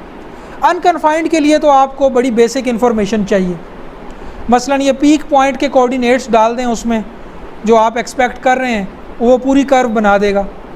लेकिन कन्फाइंड के केस में आपको shear स्टील की अमाउंट भी चाहिए होगी, ये भी मालूम होना चाहिए होगा कि ये क्रॉस सेक्शन सर्कुलर है या स्क्वायर है, इसका भी रोल है आपकी कन्फाइंड कंक्रीट के स्ट्रेस स्ट्रेन कर्व के अंदर। और इसी तरह shear स्टील की Fy कितनी है, उसका भी रोल होगा। ठीक है, सो ये दोनों तरह की कन्फाइनमेंट है, ये लॉन्गिट्यूडनल स्टील की वजह से है, ये ट्रांसवर्स स्टील की वजह से है, बीम्स में भी हो सकती है, कॉलम्स में भी हो सकती है। ठीक है, सो अगर आप किसी तरह से पूरे के पूरे कंक्रीट को एक स्टील ट्यूब में बंद कर सकते होते तो ये तो सबसे बेस्ट क्रॉस सेक्शन होता, क्योंकि इसमें तो कंक्रीट बड़ा आइडियली कन्फाइन हो गया। लेकिन हम इवन ये स्टर्प्स भी ऐसे डिस्ट्रीब्यूट कर सकते हैं कि ये हमें आलमोस्ट वही बिहेवियर दे दें कि हर थोड़े फासले पर उसने कंक्रीट को कन्फाइन किया हुआ है, ऐसी स्पेसिंग दे दें, इस तरीके से डिस्ट्रीब्यूट कर दें। बड़ी बड़ी बार, बड़े बड़े डाया की 2-4 बार की बजाय छोटे डाया की ज़्यादा बार दे दें। ठीक है, उनकी लोकेशन ऐसी सेट कर दें। तो ये कन्फाइनमेंट बड़ी इम्पॉर्टेंट प्रॉपर्टी है साइज़मिक डिज़ाइन में या किसी भी डक्टाइल बिहेवियर को हासिल करने में सबसे ज़्यादा रोल कन्फाइनमेंट का है। ठीक है, वही कंक्रीट जो बहुत ब्रिटल बिहेव करती है वो डक्टाइल मटेरियल में कन्वर्ट हो जाएगी अगर उसको प्रॉपरली कन्फाइन कर दिया जाए। सो अब ये देखें, कुछ स्ट्रेस स्ट्रेन कर्व्स हैं जो कन्फाइनमेंट का इफ़ेक्ट आपको दिखाएंगी। मैंने एक कंक्रीट है उसको कन्फाइन किया, पहले 4.75 इंच डाया की कन्फाइनमेंट की बार से, फिर उसके बाद कम, फिर उससे कम और आखिर में 1.75, यानी मैं कन्फाइनिंग स्टील का डाया चेंज कर रहा हूँ। तो मेरे अंदर जो कंक्रीट है उसका स्ट्रेस स्ट्रेन कर्व देखें कैसे चेंज हो रहा है कि जो सबसे ज़्यादा सबसे कम डाया की, ये क्या है, pitch of 1/4 inch dia spiral, ये पिच है, यानी ये अगर आपके पास ये सिलेंडर है, ये डाया नहीं है, ये उसकी पिच है, यानी डाया तो 1/4 इंच बार है जो, लेकिन स्पाइरल है ऐसे, और ये जो दो के दरमियान ये हाइट है ये पिच कहलाती है। ठीक है, और ज़ाहिर है ये जितनी छोटी होगी उतना ज़्यादा अच्छी कन्फाइनमेंट होगी। तो ये 1.75 इंच से लेके 4.75, यानी खुली स्पाइरल और दूसरे एक्सट्रीम पर बड़ी क्लोजली स्पाइरल है। तो जैसे कि एक्सपेक्टेशन आपको है कि 1.75 इंच की स्पाइरल जो है वो सबसे अच्छा कंक्रीट का स्ट्रेस स्ट्रेन कर्व दे रही है। ठीक है, यानी स्टील का इनडायरेक्ट रोल इसमें आ गया, स्टील के वो उसकी पिच का। और अगर जो बहुत ही ज़्यादा 4.75 इंच अगर आपने रख दी उसका स्पाइरल की पिच, तो आपका जो बिहेवियर है वो ये बन गया, ये पिंक वाला, और ये जो नीचे बिहेवियर है ये अनकन्फाइंड है, नो कन्फाइनमेंट। तो इसका मतलब है कि 4.75 इंच अगर आप रखेंगे उसका स्पेसिंग इस स्पेसिफिक एग्जांपल के केस में, तो बिहेवियर अनकन्फाइंड की तरह का ही होगा। और फिर जैसे जैसे उसको रिड्यूस करते जाएंगे बिहेवियर इंप्रूव हो रहा है। देखें, अल्टीमेट स्ट्रेंथ भी इंप्रूव हो रही है और पीक के बाद का बिहेवियर भी इंप्रूव हो रहा है। ठीक है, तो बड़ा सिग्निफिकेंट रोल है कन्फाइनिंग स्टील की प्रॉपर्टीज़ का कंक्रीट की स्ट्रेस स्ट्रेन कर्व के ऊपर। इसी तरह हुप्स की 4 इंच, 6 इंच, 9 इंच और 12 इंच, इसमें आप देखेंगे सबसे कम स्पेसिंग के ऊपर सबसे अच्छा बिहेवियर है, पीक से पहले सेम है, और उसके बाद फिर depending upon the spacing of hoops आपकी स्ट्रेस स्ट्रेन कर्व चेंज हो रही है। ये एक्सपेरिमेंटल कर्व्स नहीं है by the way, unlike the last one. ये एक मॉडल से आई हैं, यानी एक इक्वेशन से आई हैं, जो इक्वेशन हूप्स के स्पेसिंग को एज एन इनपुट लेता है। तो हमने वो डिफरेंट स्पेसिंग्स के लिए प्लॉट किया है for the same F C prime, तो वो देखें कि वो चेंज हो रहा है। तो इसका मतलब है कि अब ये अब एक कन्फाइनमेंट का मॉडल है, ये एक इक्वेशन है जो कन्फाइंड कंक्रीट के लिए दी गई है, और इसमें कन्फाइनमेंट वाली स्टील की इनपुट्स चाहिए होंगी।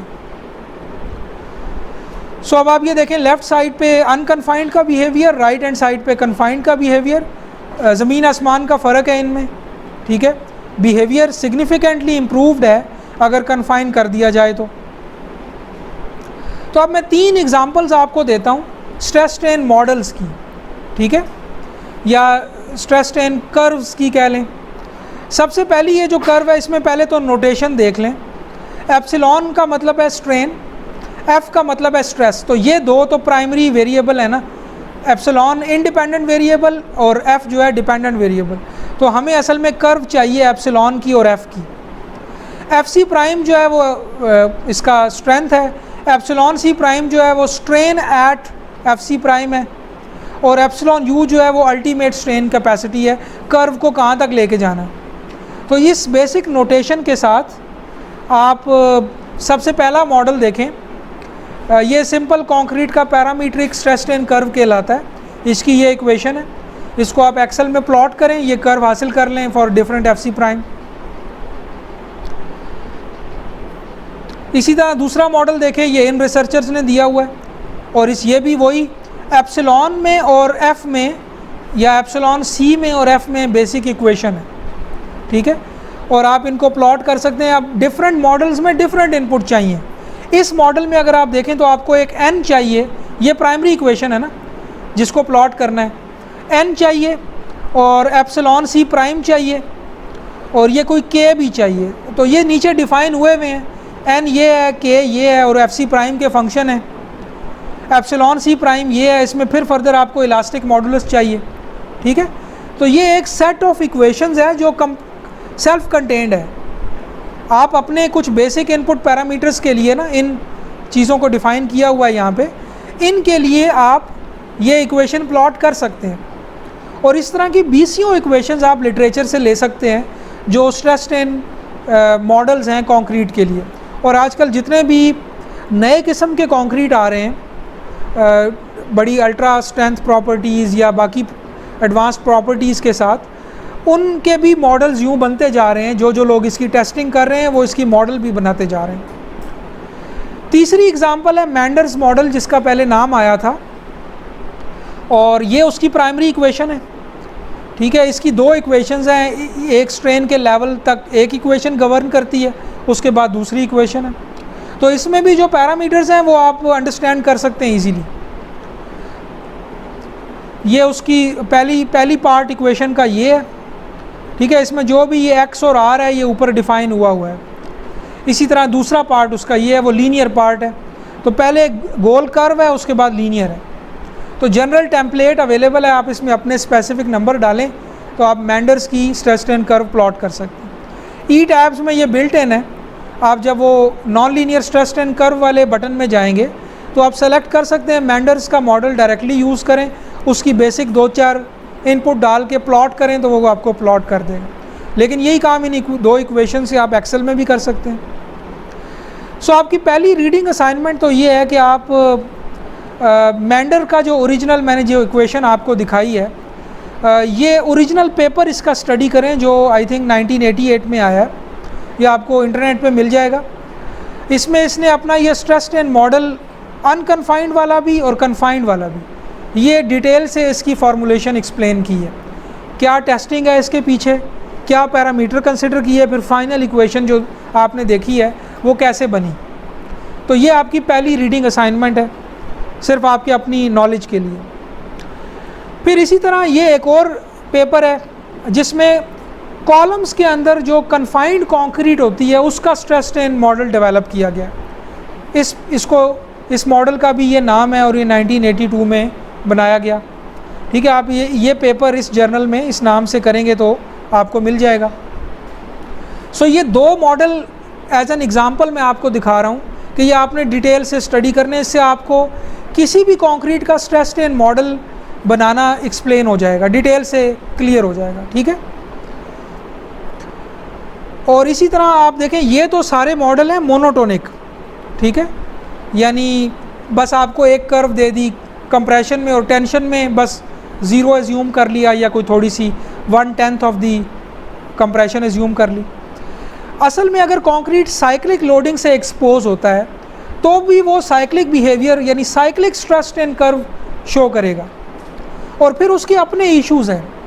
मसलन एक कॉन्सेप्ट है साइक्लिक डिग्रेडेशन का, यानी अगर लोडिंग के साइकिल्स अप्लाई किए जाएं तो कंक्रीट की स्टिफनेस और स्ट्रेंथ रिड्यूस होना शुरू हो जाती है विद ईच साइकिल।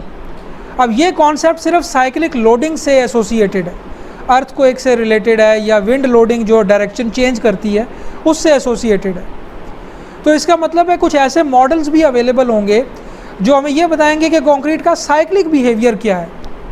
अभी आप कंक्रीट के साइक्लिक टेस्टिंग से वाकिफ़ नहीं होंगे मे बी, यानी आप कंक्रीट को कंप्रेशन में टेंशन में साइक्लिक लोडिंग दें या कंप्रेशन में ही बार बार साइकिल अप्लाई करें, तो आप इस तरह की स्ट्रेस स्ट्रेन कर्व हासिल करेंगे जिसमें आप ऑब्जर्व करेंगे कि हर नए साइकिल के साथ कंक्रीट स्ट्रेंथ में भी डिग्रेड हो रहा है, यानी अल्टीमेट पॉइंट भी नीचे आता जा रहा है, और स्टिफनेस में भी डिग्रेड हो रहा है, यानी हर नए रीलोडिंग की जो स्लोप है वो पिछले से कम होती जा रही है, ठीक है।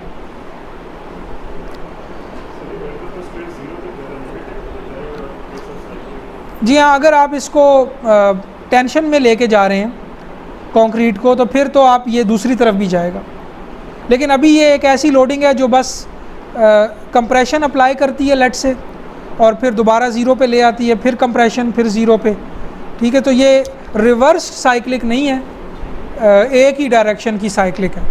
रिवर्स साइक्लिक का मतलब है कंप्रेशन टेंशन के साइकिल।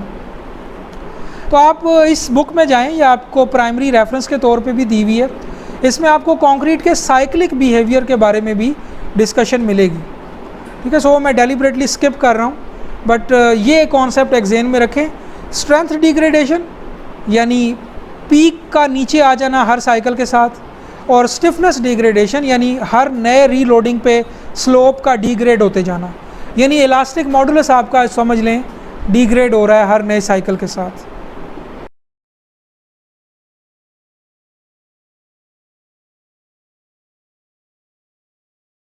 किसी भी सॉफ्टवेयर में जब आप कंक्रीट की स्ट्रेस स्ट्रेन कर्व डिफाइन करते हैं तो आपको साइक्लिक बिहेवियर की इंफॉर्मेशन भी देनी पड़ती है, लेकिन वो इस तरह नहीं देते कि आप कहते हैं कि जैसे मोनोटोनिक बिहेवियर में यानी बैकबोन में तो आप कह देते हैं ना ये नुक्ता हो गया, ये हो गया, ये हो गया, मतलब पॉइंट बाय पॉइंट पूरी कर्व दे सकते हैं, या डायरेक्टली मैंडर का मॉडल दे दें, वो खुद ही प्लॉट कर लेगा। ये साइक्लिक बिहेवियर में यूँ है कि आप पॉइंट बाय पॉइंट नहीं बना सकते, इतनी फ्लेक्सिबिलिटी कमर्शियल सॉफ्टवेयर्स में अभी नहीं आई। आप क्या करते हैं, एक टेम्पलेट दे देते हैं, यानी एक रूल डिफ़ाइन करा देते हैं। जैसे इलास्टिक परफेक्टली प्लास्टिक का ये रूल है कि ये कहीं से भी अनलोड होगा तो जो इनिशियल स्टिफनेस है ना वही वापस फॉलो करेगा, ठीक है। और जब भी रीलोड होगा, लेट्स से यहाँ पहुँच गया और दोबारा रीलोड हो रहा है, तो वही इनिशियल स्टिफनेस दोबारा फॉलो करेगा। तो अनलोडिंग और रीलोडिंग का एक टेम्पलेट आप दे देते हैं सॉफ्टवेयर को, एक नंबर के एक यानी मॉडल के ज़रिए। इस मॉडल का एक नाम होगा, लेट्स से इसका नाम होगा EPP, ठीक है। तो आप EPP उसमें ऑप्शन में आ रहा होगा, वो आप सेलेक्ट कर लेंगे। इसका मतलब सॉफ्टवेयर को आपने बता दिया कि ये एक टेम्पलेट है, मोनोटोनिक तो बिहेवियर उसी तरह फॉलो करो जो मैंने दिया है, अनलोडिंग और रीलोडिंग का फ़ैसला इस टेम्पलेट के मुताबिक करो। लेकिन ये एक नहीं है, इस तरह के बहुत से टेम्पलेट सॉफ्टवेयर में अवेलेबल होते हैं। E-टैब्स में ये 7-8 टेम्पलेट्स अवेलेबल हैं, उसमें एक टाकेडा मॉडल भी है, आप देखेंगे वो कुछ इस तरह का है कि वो थोड़ा रीइंफोर्स कंक्रीट के बिहेवियर को ज़्यादा अच्छा रिप्रेजेंट कर लेता है। उसके अंदर और भी कई किस्मों के 4-5 मॉडल्स हैं, वो हर एक अपना यूज़ किया जा सकता है। तो जो साइक्लिक बिहेवियर है वो पॉइंट बाय पॉइंट नहीं दे सकते, वो as a rule, as a template directly दे देंगे, तो सॉफ्टवेयर वैसे ये पूरा साइक्लिक बिहेवियर उसके पास आ जाएगा, ठीक है। स्टील के तो स्ट्रेस स्ट्रेन कर्व बड़ा सिंपल है। दो लाइन से आइडियलाइज हो सकता है, एक इनिशियल इलास्टिक लाइन और उसके बाद एक यील्ड के बाद वाली लाइन। और जाहिर है कि ये बिहेवियर लो स्ट्रेंथ, हाई स्ट्रेंथ वगैरह के लिए थोड़ा सा मॉडिफाइड होगा, ठीक है। यील्ड पॉइंट जो है 40 का 40 पे होगा, 60 का 60 पे होगा, 75 का आगे जाके होगा। लेकिन जितना जितना हाई स्ट्रेंथ कंक्रीट होता जाता है उतना उसका ये जो यील्डिंग वाला वेल डिफाइंड वाला पोर्शन है ये कम होता जाता है, ठीक है। सो ये एक बड़ा सिंपल सा बाइलिनियर स्ट्रेस स्ट्रेन मॉडल कहलाता है, बल्कि बाइलिनियर के अंदर भी ये ईपीपी मॉडल है। बाइलिनियर तो ये भी हो सकता है कि मैं सेकंड लाइन को थोड़ा इस तरह का एज्यूम कर रहा हूँ। बाइलिनियर का मतलब है दो लाइनें, एक स्ट्रेट लाइन लीनियर यानी एक इलास्टिक पोर्शन और एक यील्ड के बाद वाला पोर्शन। लेकिन ये बाइलिनियर के अंदर भी फर्दर एक ऐसा बाइलिनियर है जो जिसमें इलास्टिक मॉडुलस एग्जैक्टली ज़ीरो हो जाता है इस पॉइंट के बाद, तो ये ईपीपी है। एफ वाई और बीएस कोड की अगर बात करें तो वो एक स्ट्रेंथ रिडक्शन फैक्टर भी लगाता है जिसको गैमा बोलते हैं, ठीक है। यानी जो चीज़ फ़ी कहलाती है ना एसीआई में स्ट्रेंथ रिडक्शन फैक्टर, मटेरियल के लेवल पे बीएस में वो गैमा एम कहलाता है, ठीक है। तो एक्चुअल एफ वाई पर आप यील्ड नहीं मानते, थोड़ा सा उसके कम पर मानते हैं, ठीक है। तो गैमा एम थोड़ा सा 1 से बड़ा एक नंबर होता है जो फैक्टर ऑफ सेफ्टी अप्लाई होता है। ये कुछ टेम्पलेट्स हैं स्टील के लिए, परफेक्टली इलास्टिक। जाहिर है कि ये अनरियलिस्टिक है, इस मॉडल में ये सलाहियत नहीं है कि ये यील्डिंग को कैप्चर कर सके। इलास्टोप्लास्टिक, स्ट्रेन हार्डनिंग सिंपल वाली, यानी डायरेक्टली यील्ड के बाद स्ट्रेन हार्डनिंग हो गई। और स्ट्रेन हार्डनिंग ये पार्क एक रिसर्चर है, उसने ये मॉडल दिया हुआ है कि आप थोड़ा सा फ्लैट एज्यूम करें, उसके बाद आप गोल कर्व एज्यूम करें। ज़ाहिर है इसकी इक्वेशन भी उसने दी है, ठीक है। तो ये अब स्टील का स्ट्रेस स्ट्रेन मॉडल है, कई एग्जांपल्स हैं उसकी। ये सिंपल ईपीपी मॉडल है कि अगर आपकी स्ट्रेन जो है वो एप्सिलॉन वाई से कम है तो हुक्स लॉ फॉलो कर रहा है स्ट्रेट लाइन, उसके बाद बस एफ एस जो है वो एफ वाई पर कांस्टेंट हो गई है, फ्लैट हो गई है जब आपकी स्ट्रेन एप्सिलॉन वाई से ज़्यादा हो गई। तो ये बेसिकली उसी मॉडल की ना मैथमेटिकल फॉर्म है। दो लाइनें हैं तो पीस वाइज फंक्शन से रिप्रेजेंट हो गई। फिर ये एक जनरल कर्व आपको ये बता रही है कि जैसे जैसे कंक्रीट में कार्बन कंटेंट, स्टील में सॉरी, कार्बन कंटेंट बढ़ेगा वो ज़्यादा स्ट्रेंथ उसमें आती जाएगी, बट उतना ही वो ब्रिटल भी होता जाएगा। तो देखें ये लो कार्बन कंटेंट है, डक्टाइल है, लो स्ट्रेंथ है। High carbon content highest strength है लेकिन ब्रिटल है, यानी इसके बाद बस नीचे आ रहा है, ठीक है। इसी तरह ये भी आप पहले देख चुके हैं, ठीक है, कि ग्रेड 40, 60, 70। सो ये सारी टिपिकल स्ट्रेस स्ट्रेन कर्व्स हैं। और आप ये देखेंगे यील्ड स्ट्रेन बहुत कम है, ये लेट्स से होगी ना यील्ड स्ट्रेन, तो बहुत आगे तक उसके, जैसे मैंने बताया ना 20 to 25 टाइम्स तक आगे आपकी ये चलेगी और फिर उसके बाद फेलियर होगा, ठीक है। यूएस में जो रीइंफोर्सिंग बार्स हैं उसकी डेजिग्नेशन से आप ऑलरेडी वाकिफ़ हैं। आपको पता है कि नंबर 9 जो है बार, उसका एरिया 1 इंच स्क्वायर होता है, ठीक है। और डायमीटर आपको पता है कि जो 8 नंबर बार का वो 1 इंच होगा, ठीक है। यानी आप नंबर ऑफ़ बार को डिवाइड कर दें 8 से तो डाया आ जाएगा। ये उनके टिपिकल ग्रेड्स हैं 40 और 60। किसी दौर में 40 भी यूज़ होता था बट आजकल 60 यूज़ होता है सिर्फ, हर पर्पज़ के लिए 60। लेटेस्ट कोड जो हैं वो अब 40 को डिस्करेज करते हैं, हर पर्पज़ के लिए 60 को रेकमेंड करते हैं। फिर जैसे मैंने आपको वो ई टैब्स में दिखाया था कि कुछ स्पेसिफिक प्रॉपर्टीज़ भी होती हैं, जैसे टेम्परेचर डिपेंडेंट प्रॉपर्टीज़ हो गई, क्रीप और श्रिंकेज रिलेटेड प्रॉपर्टीज़ हो गई, डैम्पिंग प्रॉपर्टीज़ हो गई, ठीक है। और ये सारी भी मटेरियल प्रॉपर्टीज़ हैं बट ये एडवांस्ड एनालिसिस में इस्तेमाल होती हैं। ये जो कोफिशिएंट ऑफ थर्मल एक्सपेंशन आप डिफ़ाइन करवाते हैं, इसका इस्तेमाल असल में थर्मल स्ट्रेंस कैलकुलेट करने के लिए। इस कोफिशिएंट को आप टेम्परेचर ग्रेडियंट से मल्टीप्लाई कर दें। आप ये डिफ़ाइन करें प्रोग्राम में कि अभी रूम टेम्परेचर 25 है और आपकी कंक्रीट 100 डिग्री पे पहुंच गई है, तो ये जो भी टेम्परेचर ग्रेडियंट होगा इससे थर्मल स्ट्रेन सॉफ्टवेयर कैलकुलेट करेगा। यानी इसका मतलब है आप टेम्परेचर को एज अ लोडिंग लगा सकते हैं। जैसे आप लोड असाइन करते हैं ना किसी बीम को, कॉलम को, सब कमर्शियल प्रोग्राम्स में आप टेम्परेचर को भी अप्लाई कर सकते हैं, लेकिन वो प्रोग्राम उसका करेगा क्या, असल में वो डेल्टा टी कैलकुलेट करेगा, उसको आप ही के दिए हुए कोफिशिएंट ऑफ थर्मल एक्सपेंशन से मल्टीप्लाई करेगा और वो स्ट्रेन कैलकुलेट कर लेगा जो मटेरियल में थर्मल स्ट्रेन डेवलप होगी। उस स्ट्रेन से कंक्रीट का स्ट्रेस स्ट्रेन बिहेवियर उसके पास है, चाहे लीनियर है चाहे नॉन लीनियर है, जो भी आपने दिया हुआ है, उससे वो स्ट्रेस कैलकुलेट कर लेगा बैक। तो इसका मतलब है कि वो लोडिंग के इफ़ेक्ट को एडिशनल स्ट्रेस में कन्वर्ट कर लेगा, सॉरी टेम्परेचर के इफ़ेक्ट को। तो यूँ जो है वो लोडिंग को, उसको टेम्परेचर को भी प्रोग्राम या कोई भी स्ट्रक्चरल एनालिसिस अपने मैथमेटिकल फार्मूलेशन में काउंट कर लेता है कि ये एक तरह का वो एडिशनल स्ट्रेस है जो आपके मटेरियल में आ गया due to temperature gradient delta T.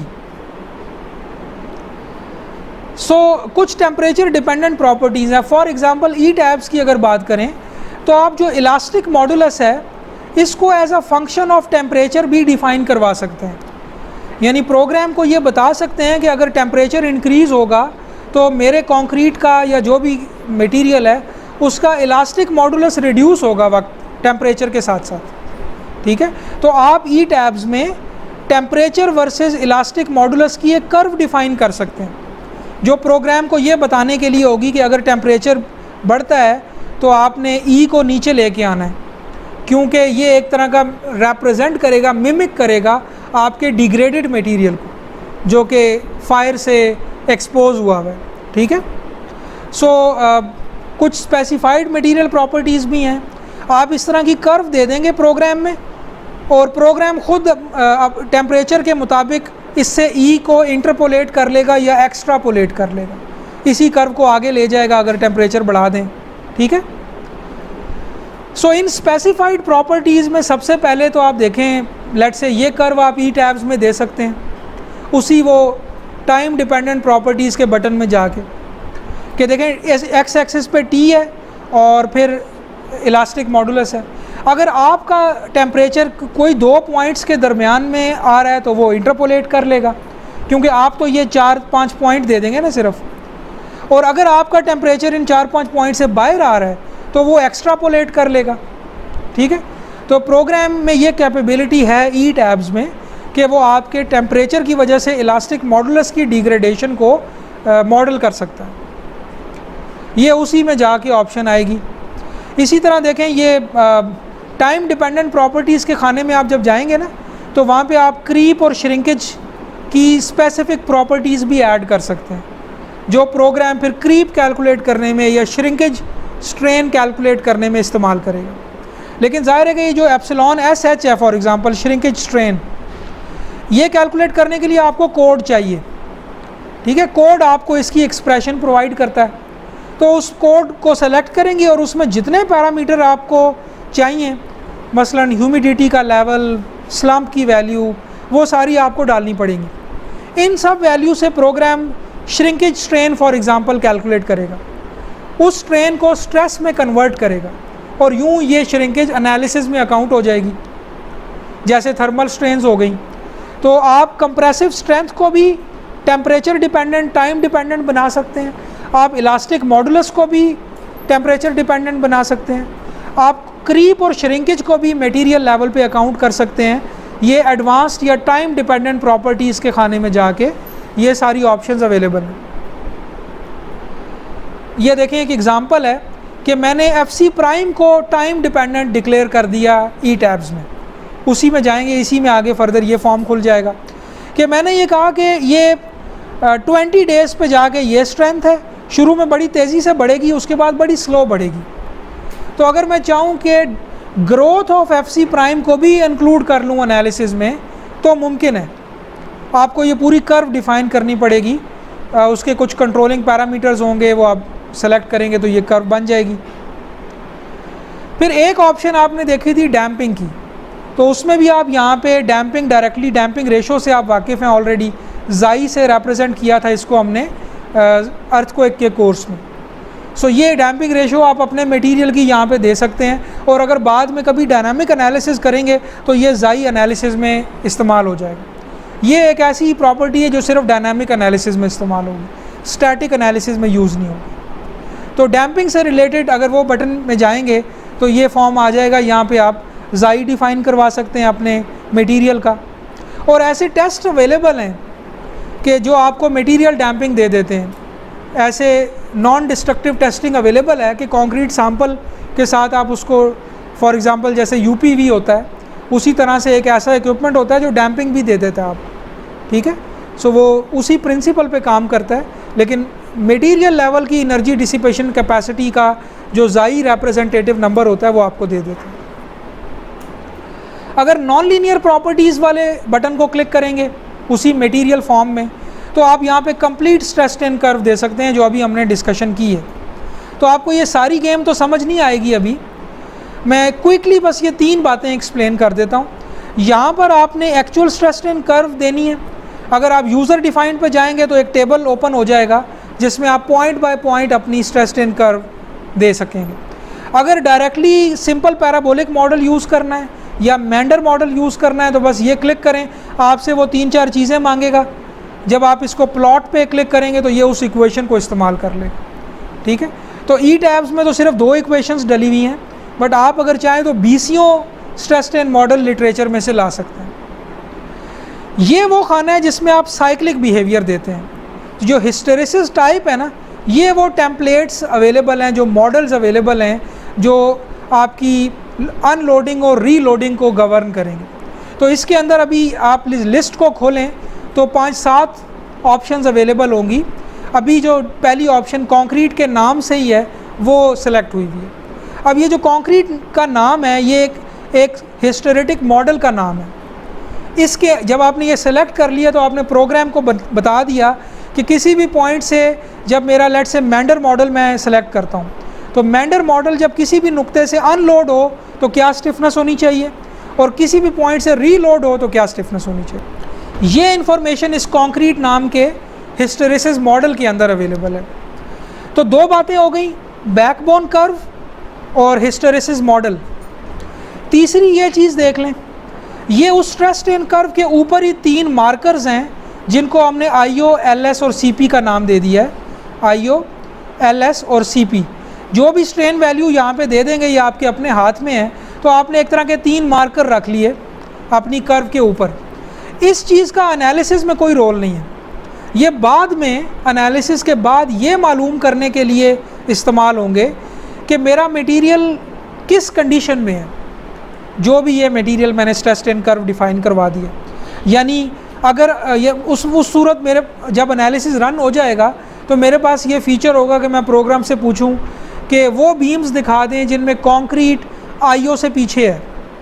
तो अब मुझे पता है कि IO को मैंने किस नुक्ते को करार दिया हुआ है, क्योंकि मैंने ये स्ट्रेन, टेंशन और कंप्रेशन में खुद ही दी हुई है, ठीक है। तो अगर IO से पीछे मैं पूछ रहा हूँ, इसका मतलब है सिग्निफिकेंटली सेफ। LS का मतलब है कि मैं ये ऐसा पॉइंट रख दूंगा जो बाद में मैंने चेक करना है कि मेरी कौन कौन से एलिमेंट हैं जो इससे आगे चले गए। CP को मैं लेट से अल्टीमेट पॉइंट के पास रख दूंगा, बिकॉज बाद में मैं ये जानना चाह रहा हूँगा कि वो मेरे कौन से एलिमेंट हैं जो अल्टीमेट को भी क्रॉस कर गए। तो मैं सॉफ्टवेयर से कहूँगा वो बीम्स दिखा दें या वो कॉलम दिखा दें जो CP से भी आगे चले गए।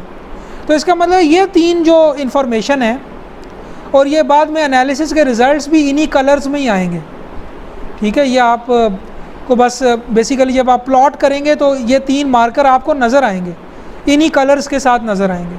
IO जो होगा डार्क ब्लू में होगा, LS लाइट ब्लू में, और ये CP ग्रीन में होगा। तो ये वो 3 समझ लें बस प्लेस होल्डर्स हैं जो हम बाद में परफॉर्मेंस असेसमेंट में इस्तेमाल कर सकते हैं, ठीक है। तो एनालिसिस में जो रोल है वो इन्हीं 2 प्राइमरी प्रॉपर्टीज़ का ही है, यानी actual backbone stress strain curve और फिर रीलोडिंग अनलोडिंग रूल, यानी हिस्टेरेसिस टाइप, ये वाली।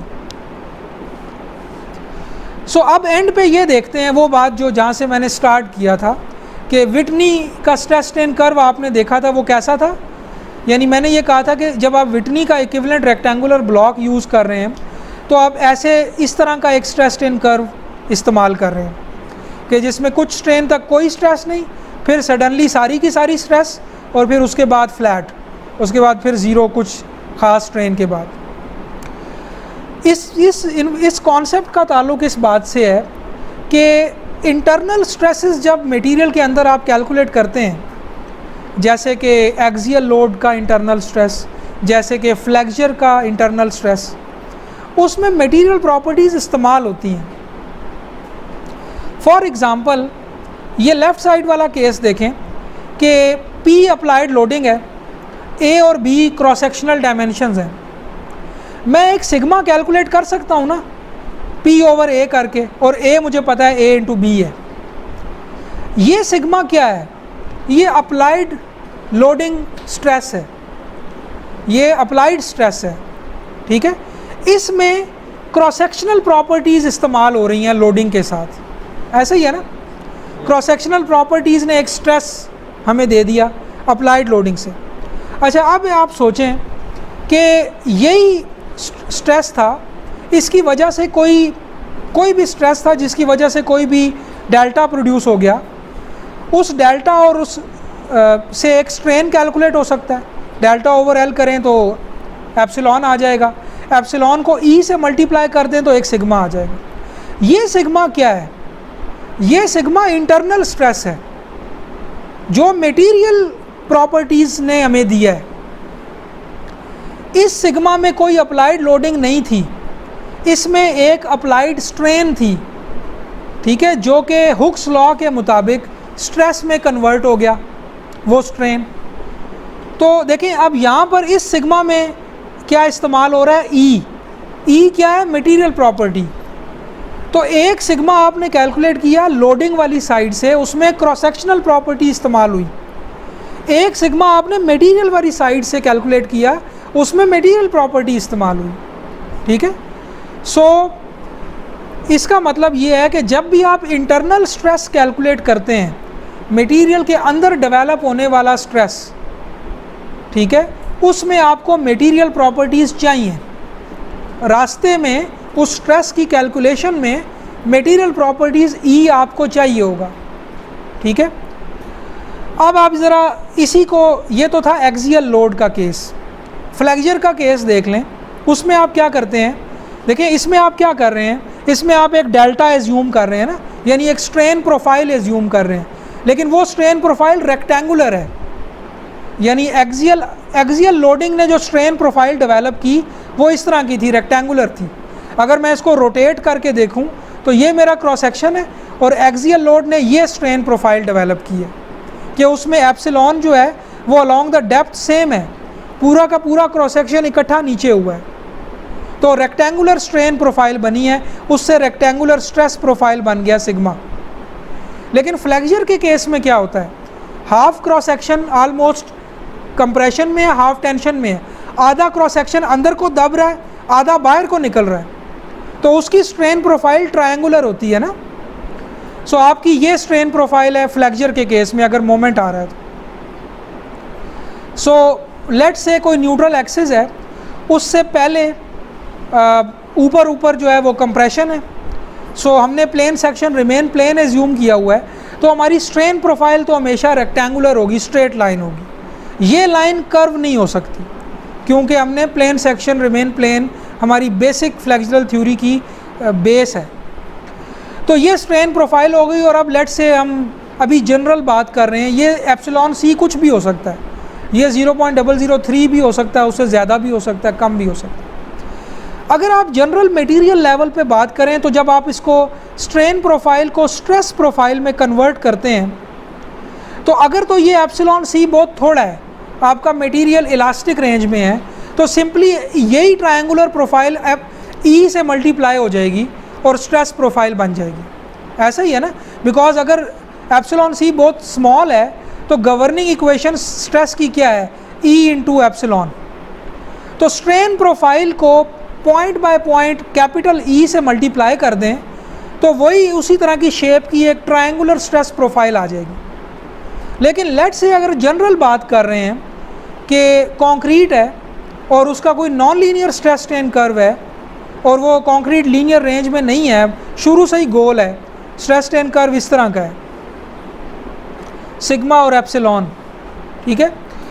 तो असल में आपकी जो एक्चुअल स्ट्रेस प्रोफाइल बनेगी स्ट्रेस स्ट्रेन कर्व के मुताबिक वो कैसी बनेगी, वो यूं गोल बनेगी ऐसे।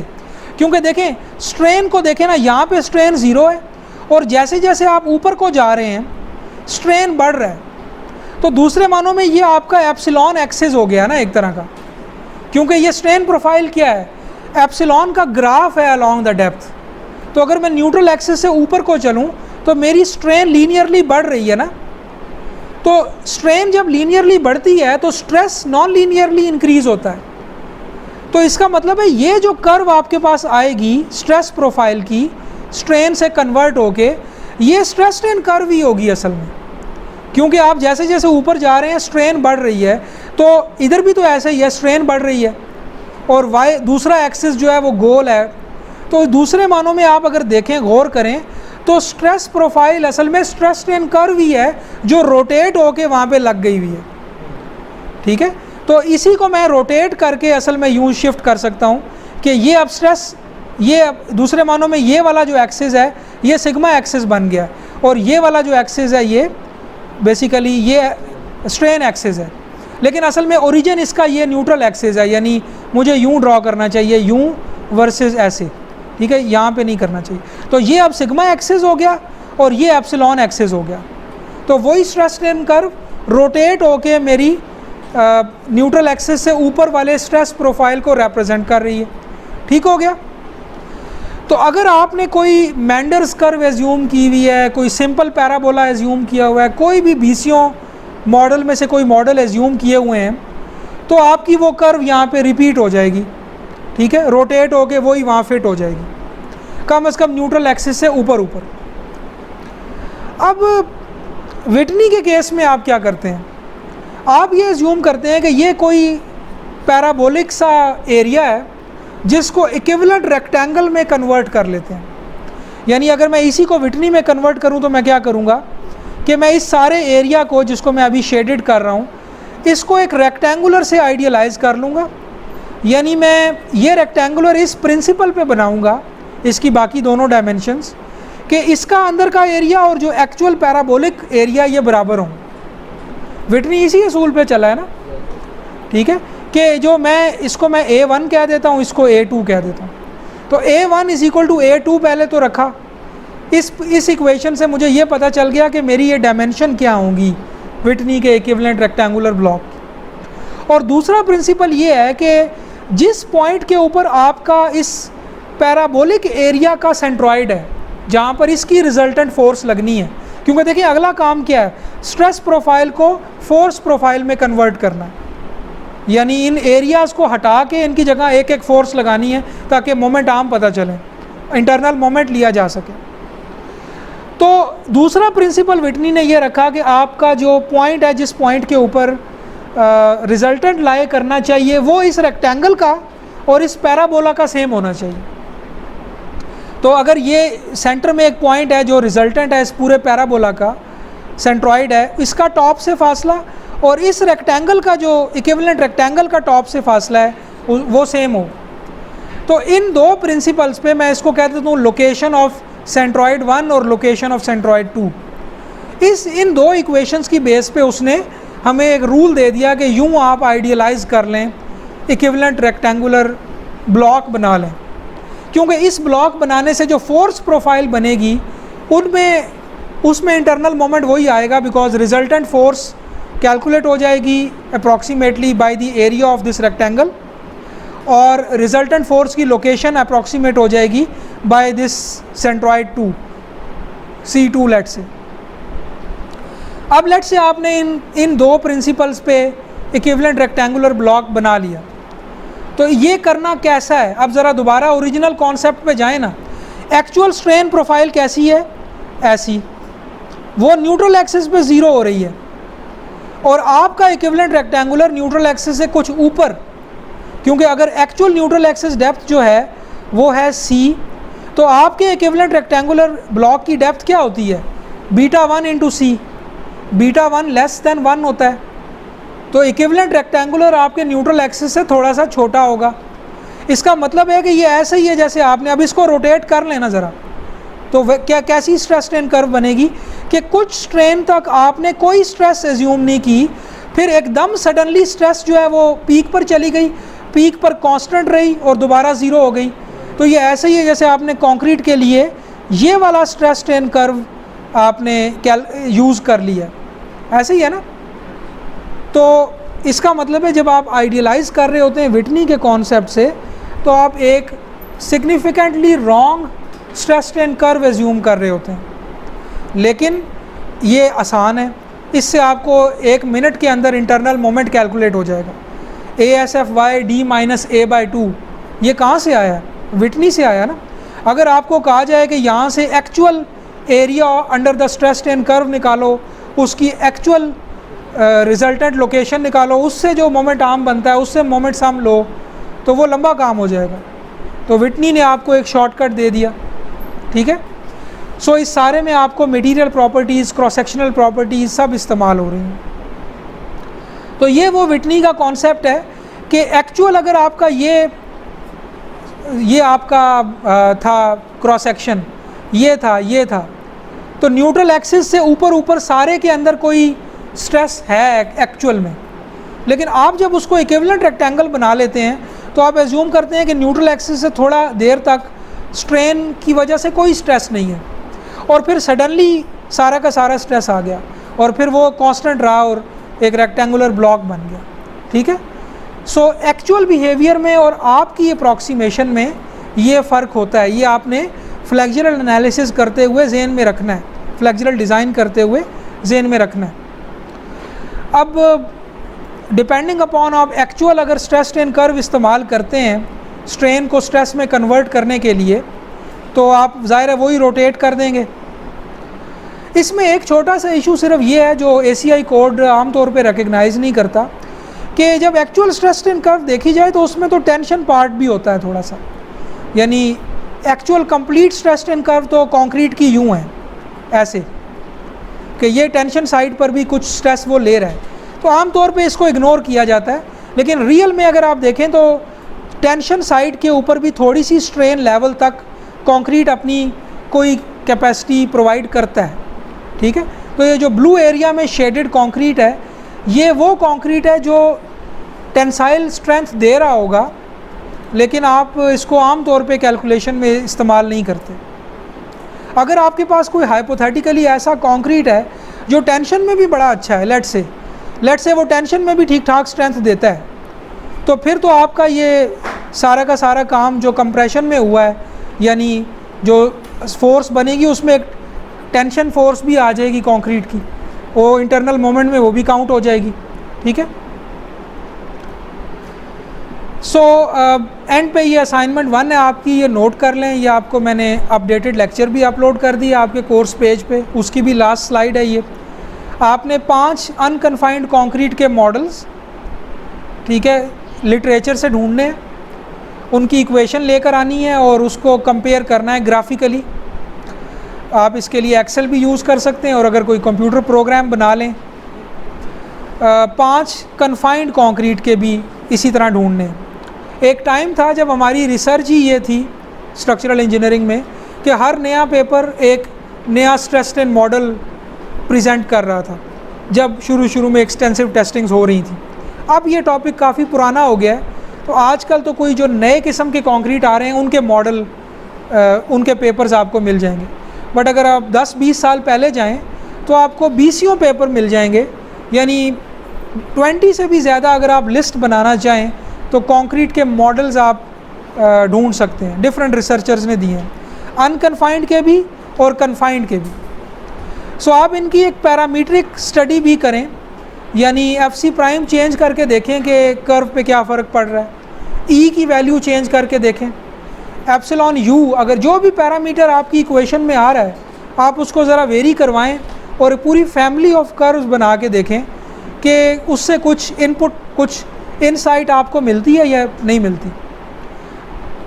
कन्फाइंड के कंक्रीट में, कन्फाइंड के मॉडल्स में भी आप देखेंगे कि कन्फाइनिंग स्टील की प्रॉपर्टीज़ एज एन इनपुट इस्तेमाल हो रही होंगी। तो मैंने आपको एक रिप्रेजेंटेटिव सेट दे दिया इनपुट का।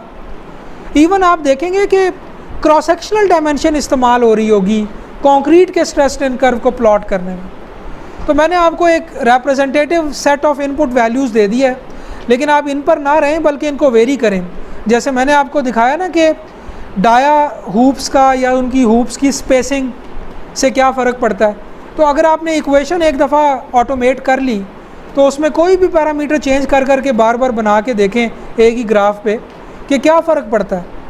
अगर मैं कन्फाइनमेंट स्टील की स्पेसिंग कम कर दूं या स्पेसिंग सेम रखूं, डाया कम ज़्यादा कर दूं, डाया और स्पेसिंग दोनों सेम रखूं, उसकी FY कम ज़्यादा कर दूं, ये सब चीज़ें पैरामीट्रिक स्टडी करके देखें।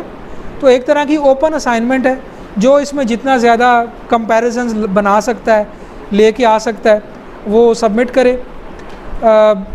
टाइम चले मैं आपको 3 वीक्स कर देता हूँ इसमें, बिकॉज OHT वाला वीक निकाल देते हैं। सो 3 वीक्स इसे कर लें, लेकिन 5 confined model, 5 unconfined model other than जो मैंने एग्जांपल्स दी हैं आपको, ठीक है। ये इंडिविजुअल टास्क है आप, ठीक है। आपको एक CEP मिलेगा जो कि ग्रुप टास्क होगा, वो मैं नेक्स्ट टाइम या OHT 1 के बाद किसी भी टाइम एक्सप्लेन कर दूँ। अब यहाँ से आगे हमारा रूट क्या होगा, क्विकली मैं बस एक लाइन में बता देता हूँ।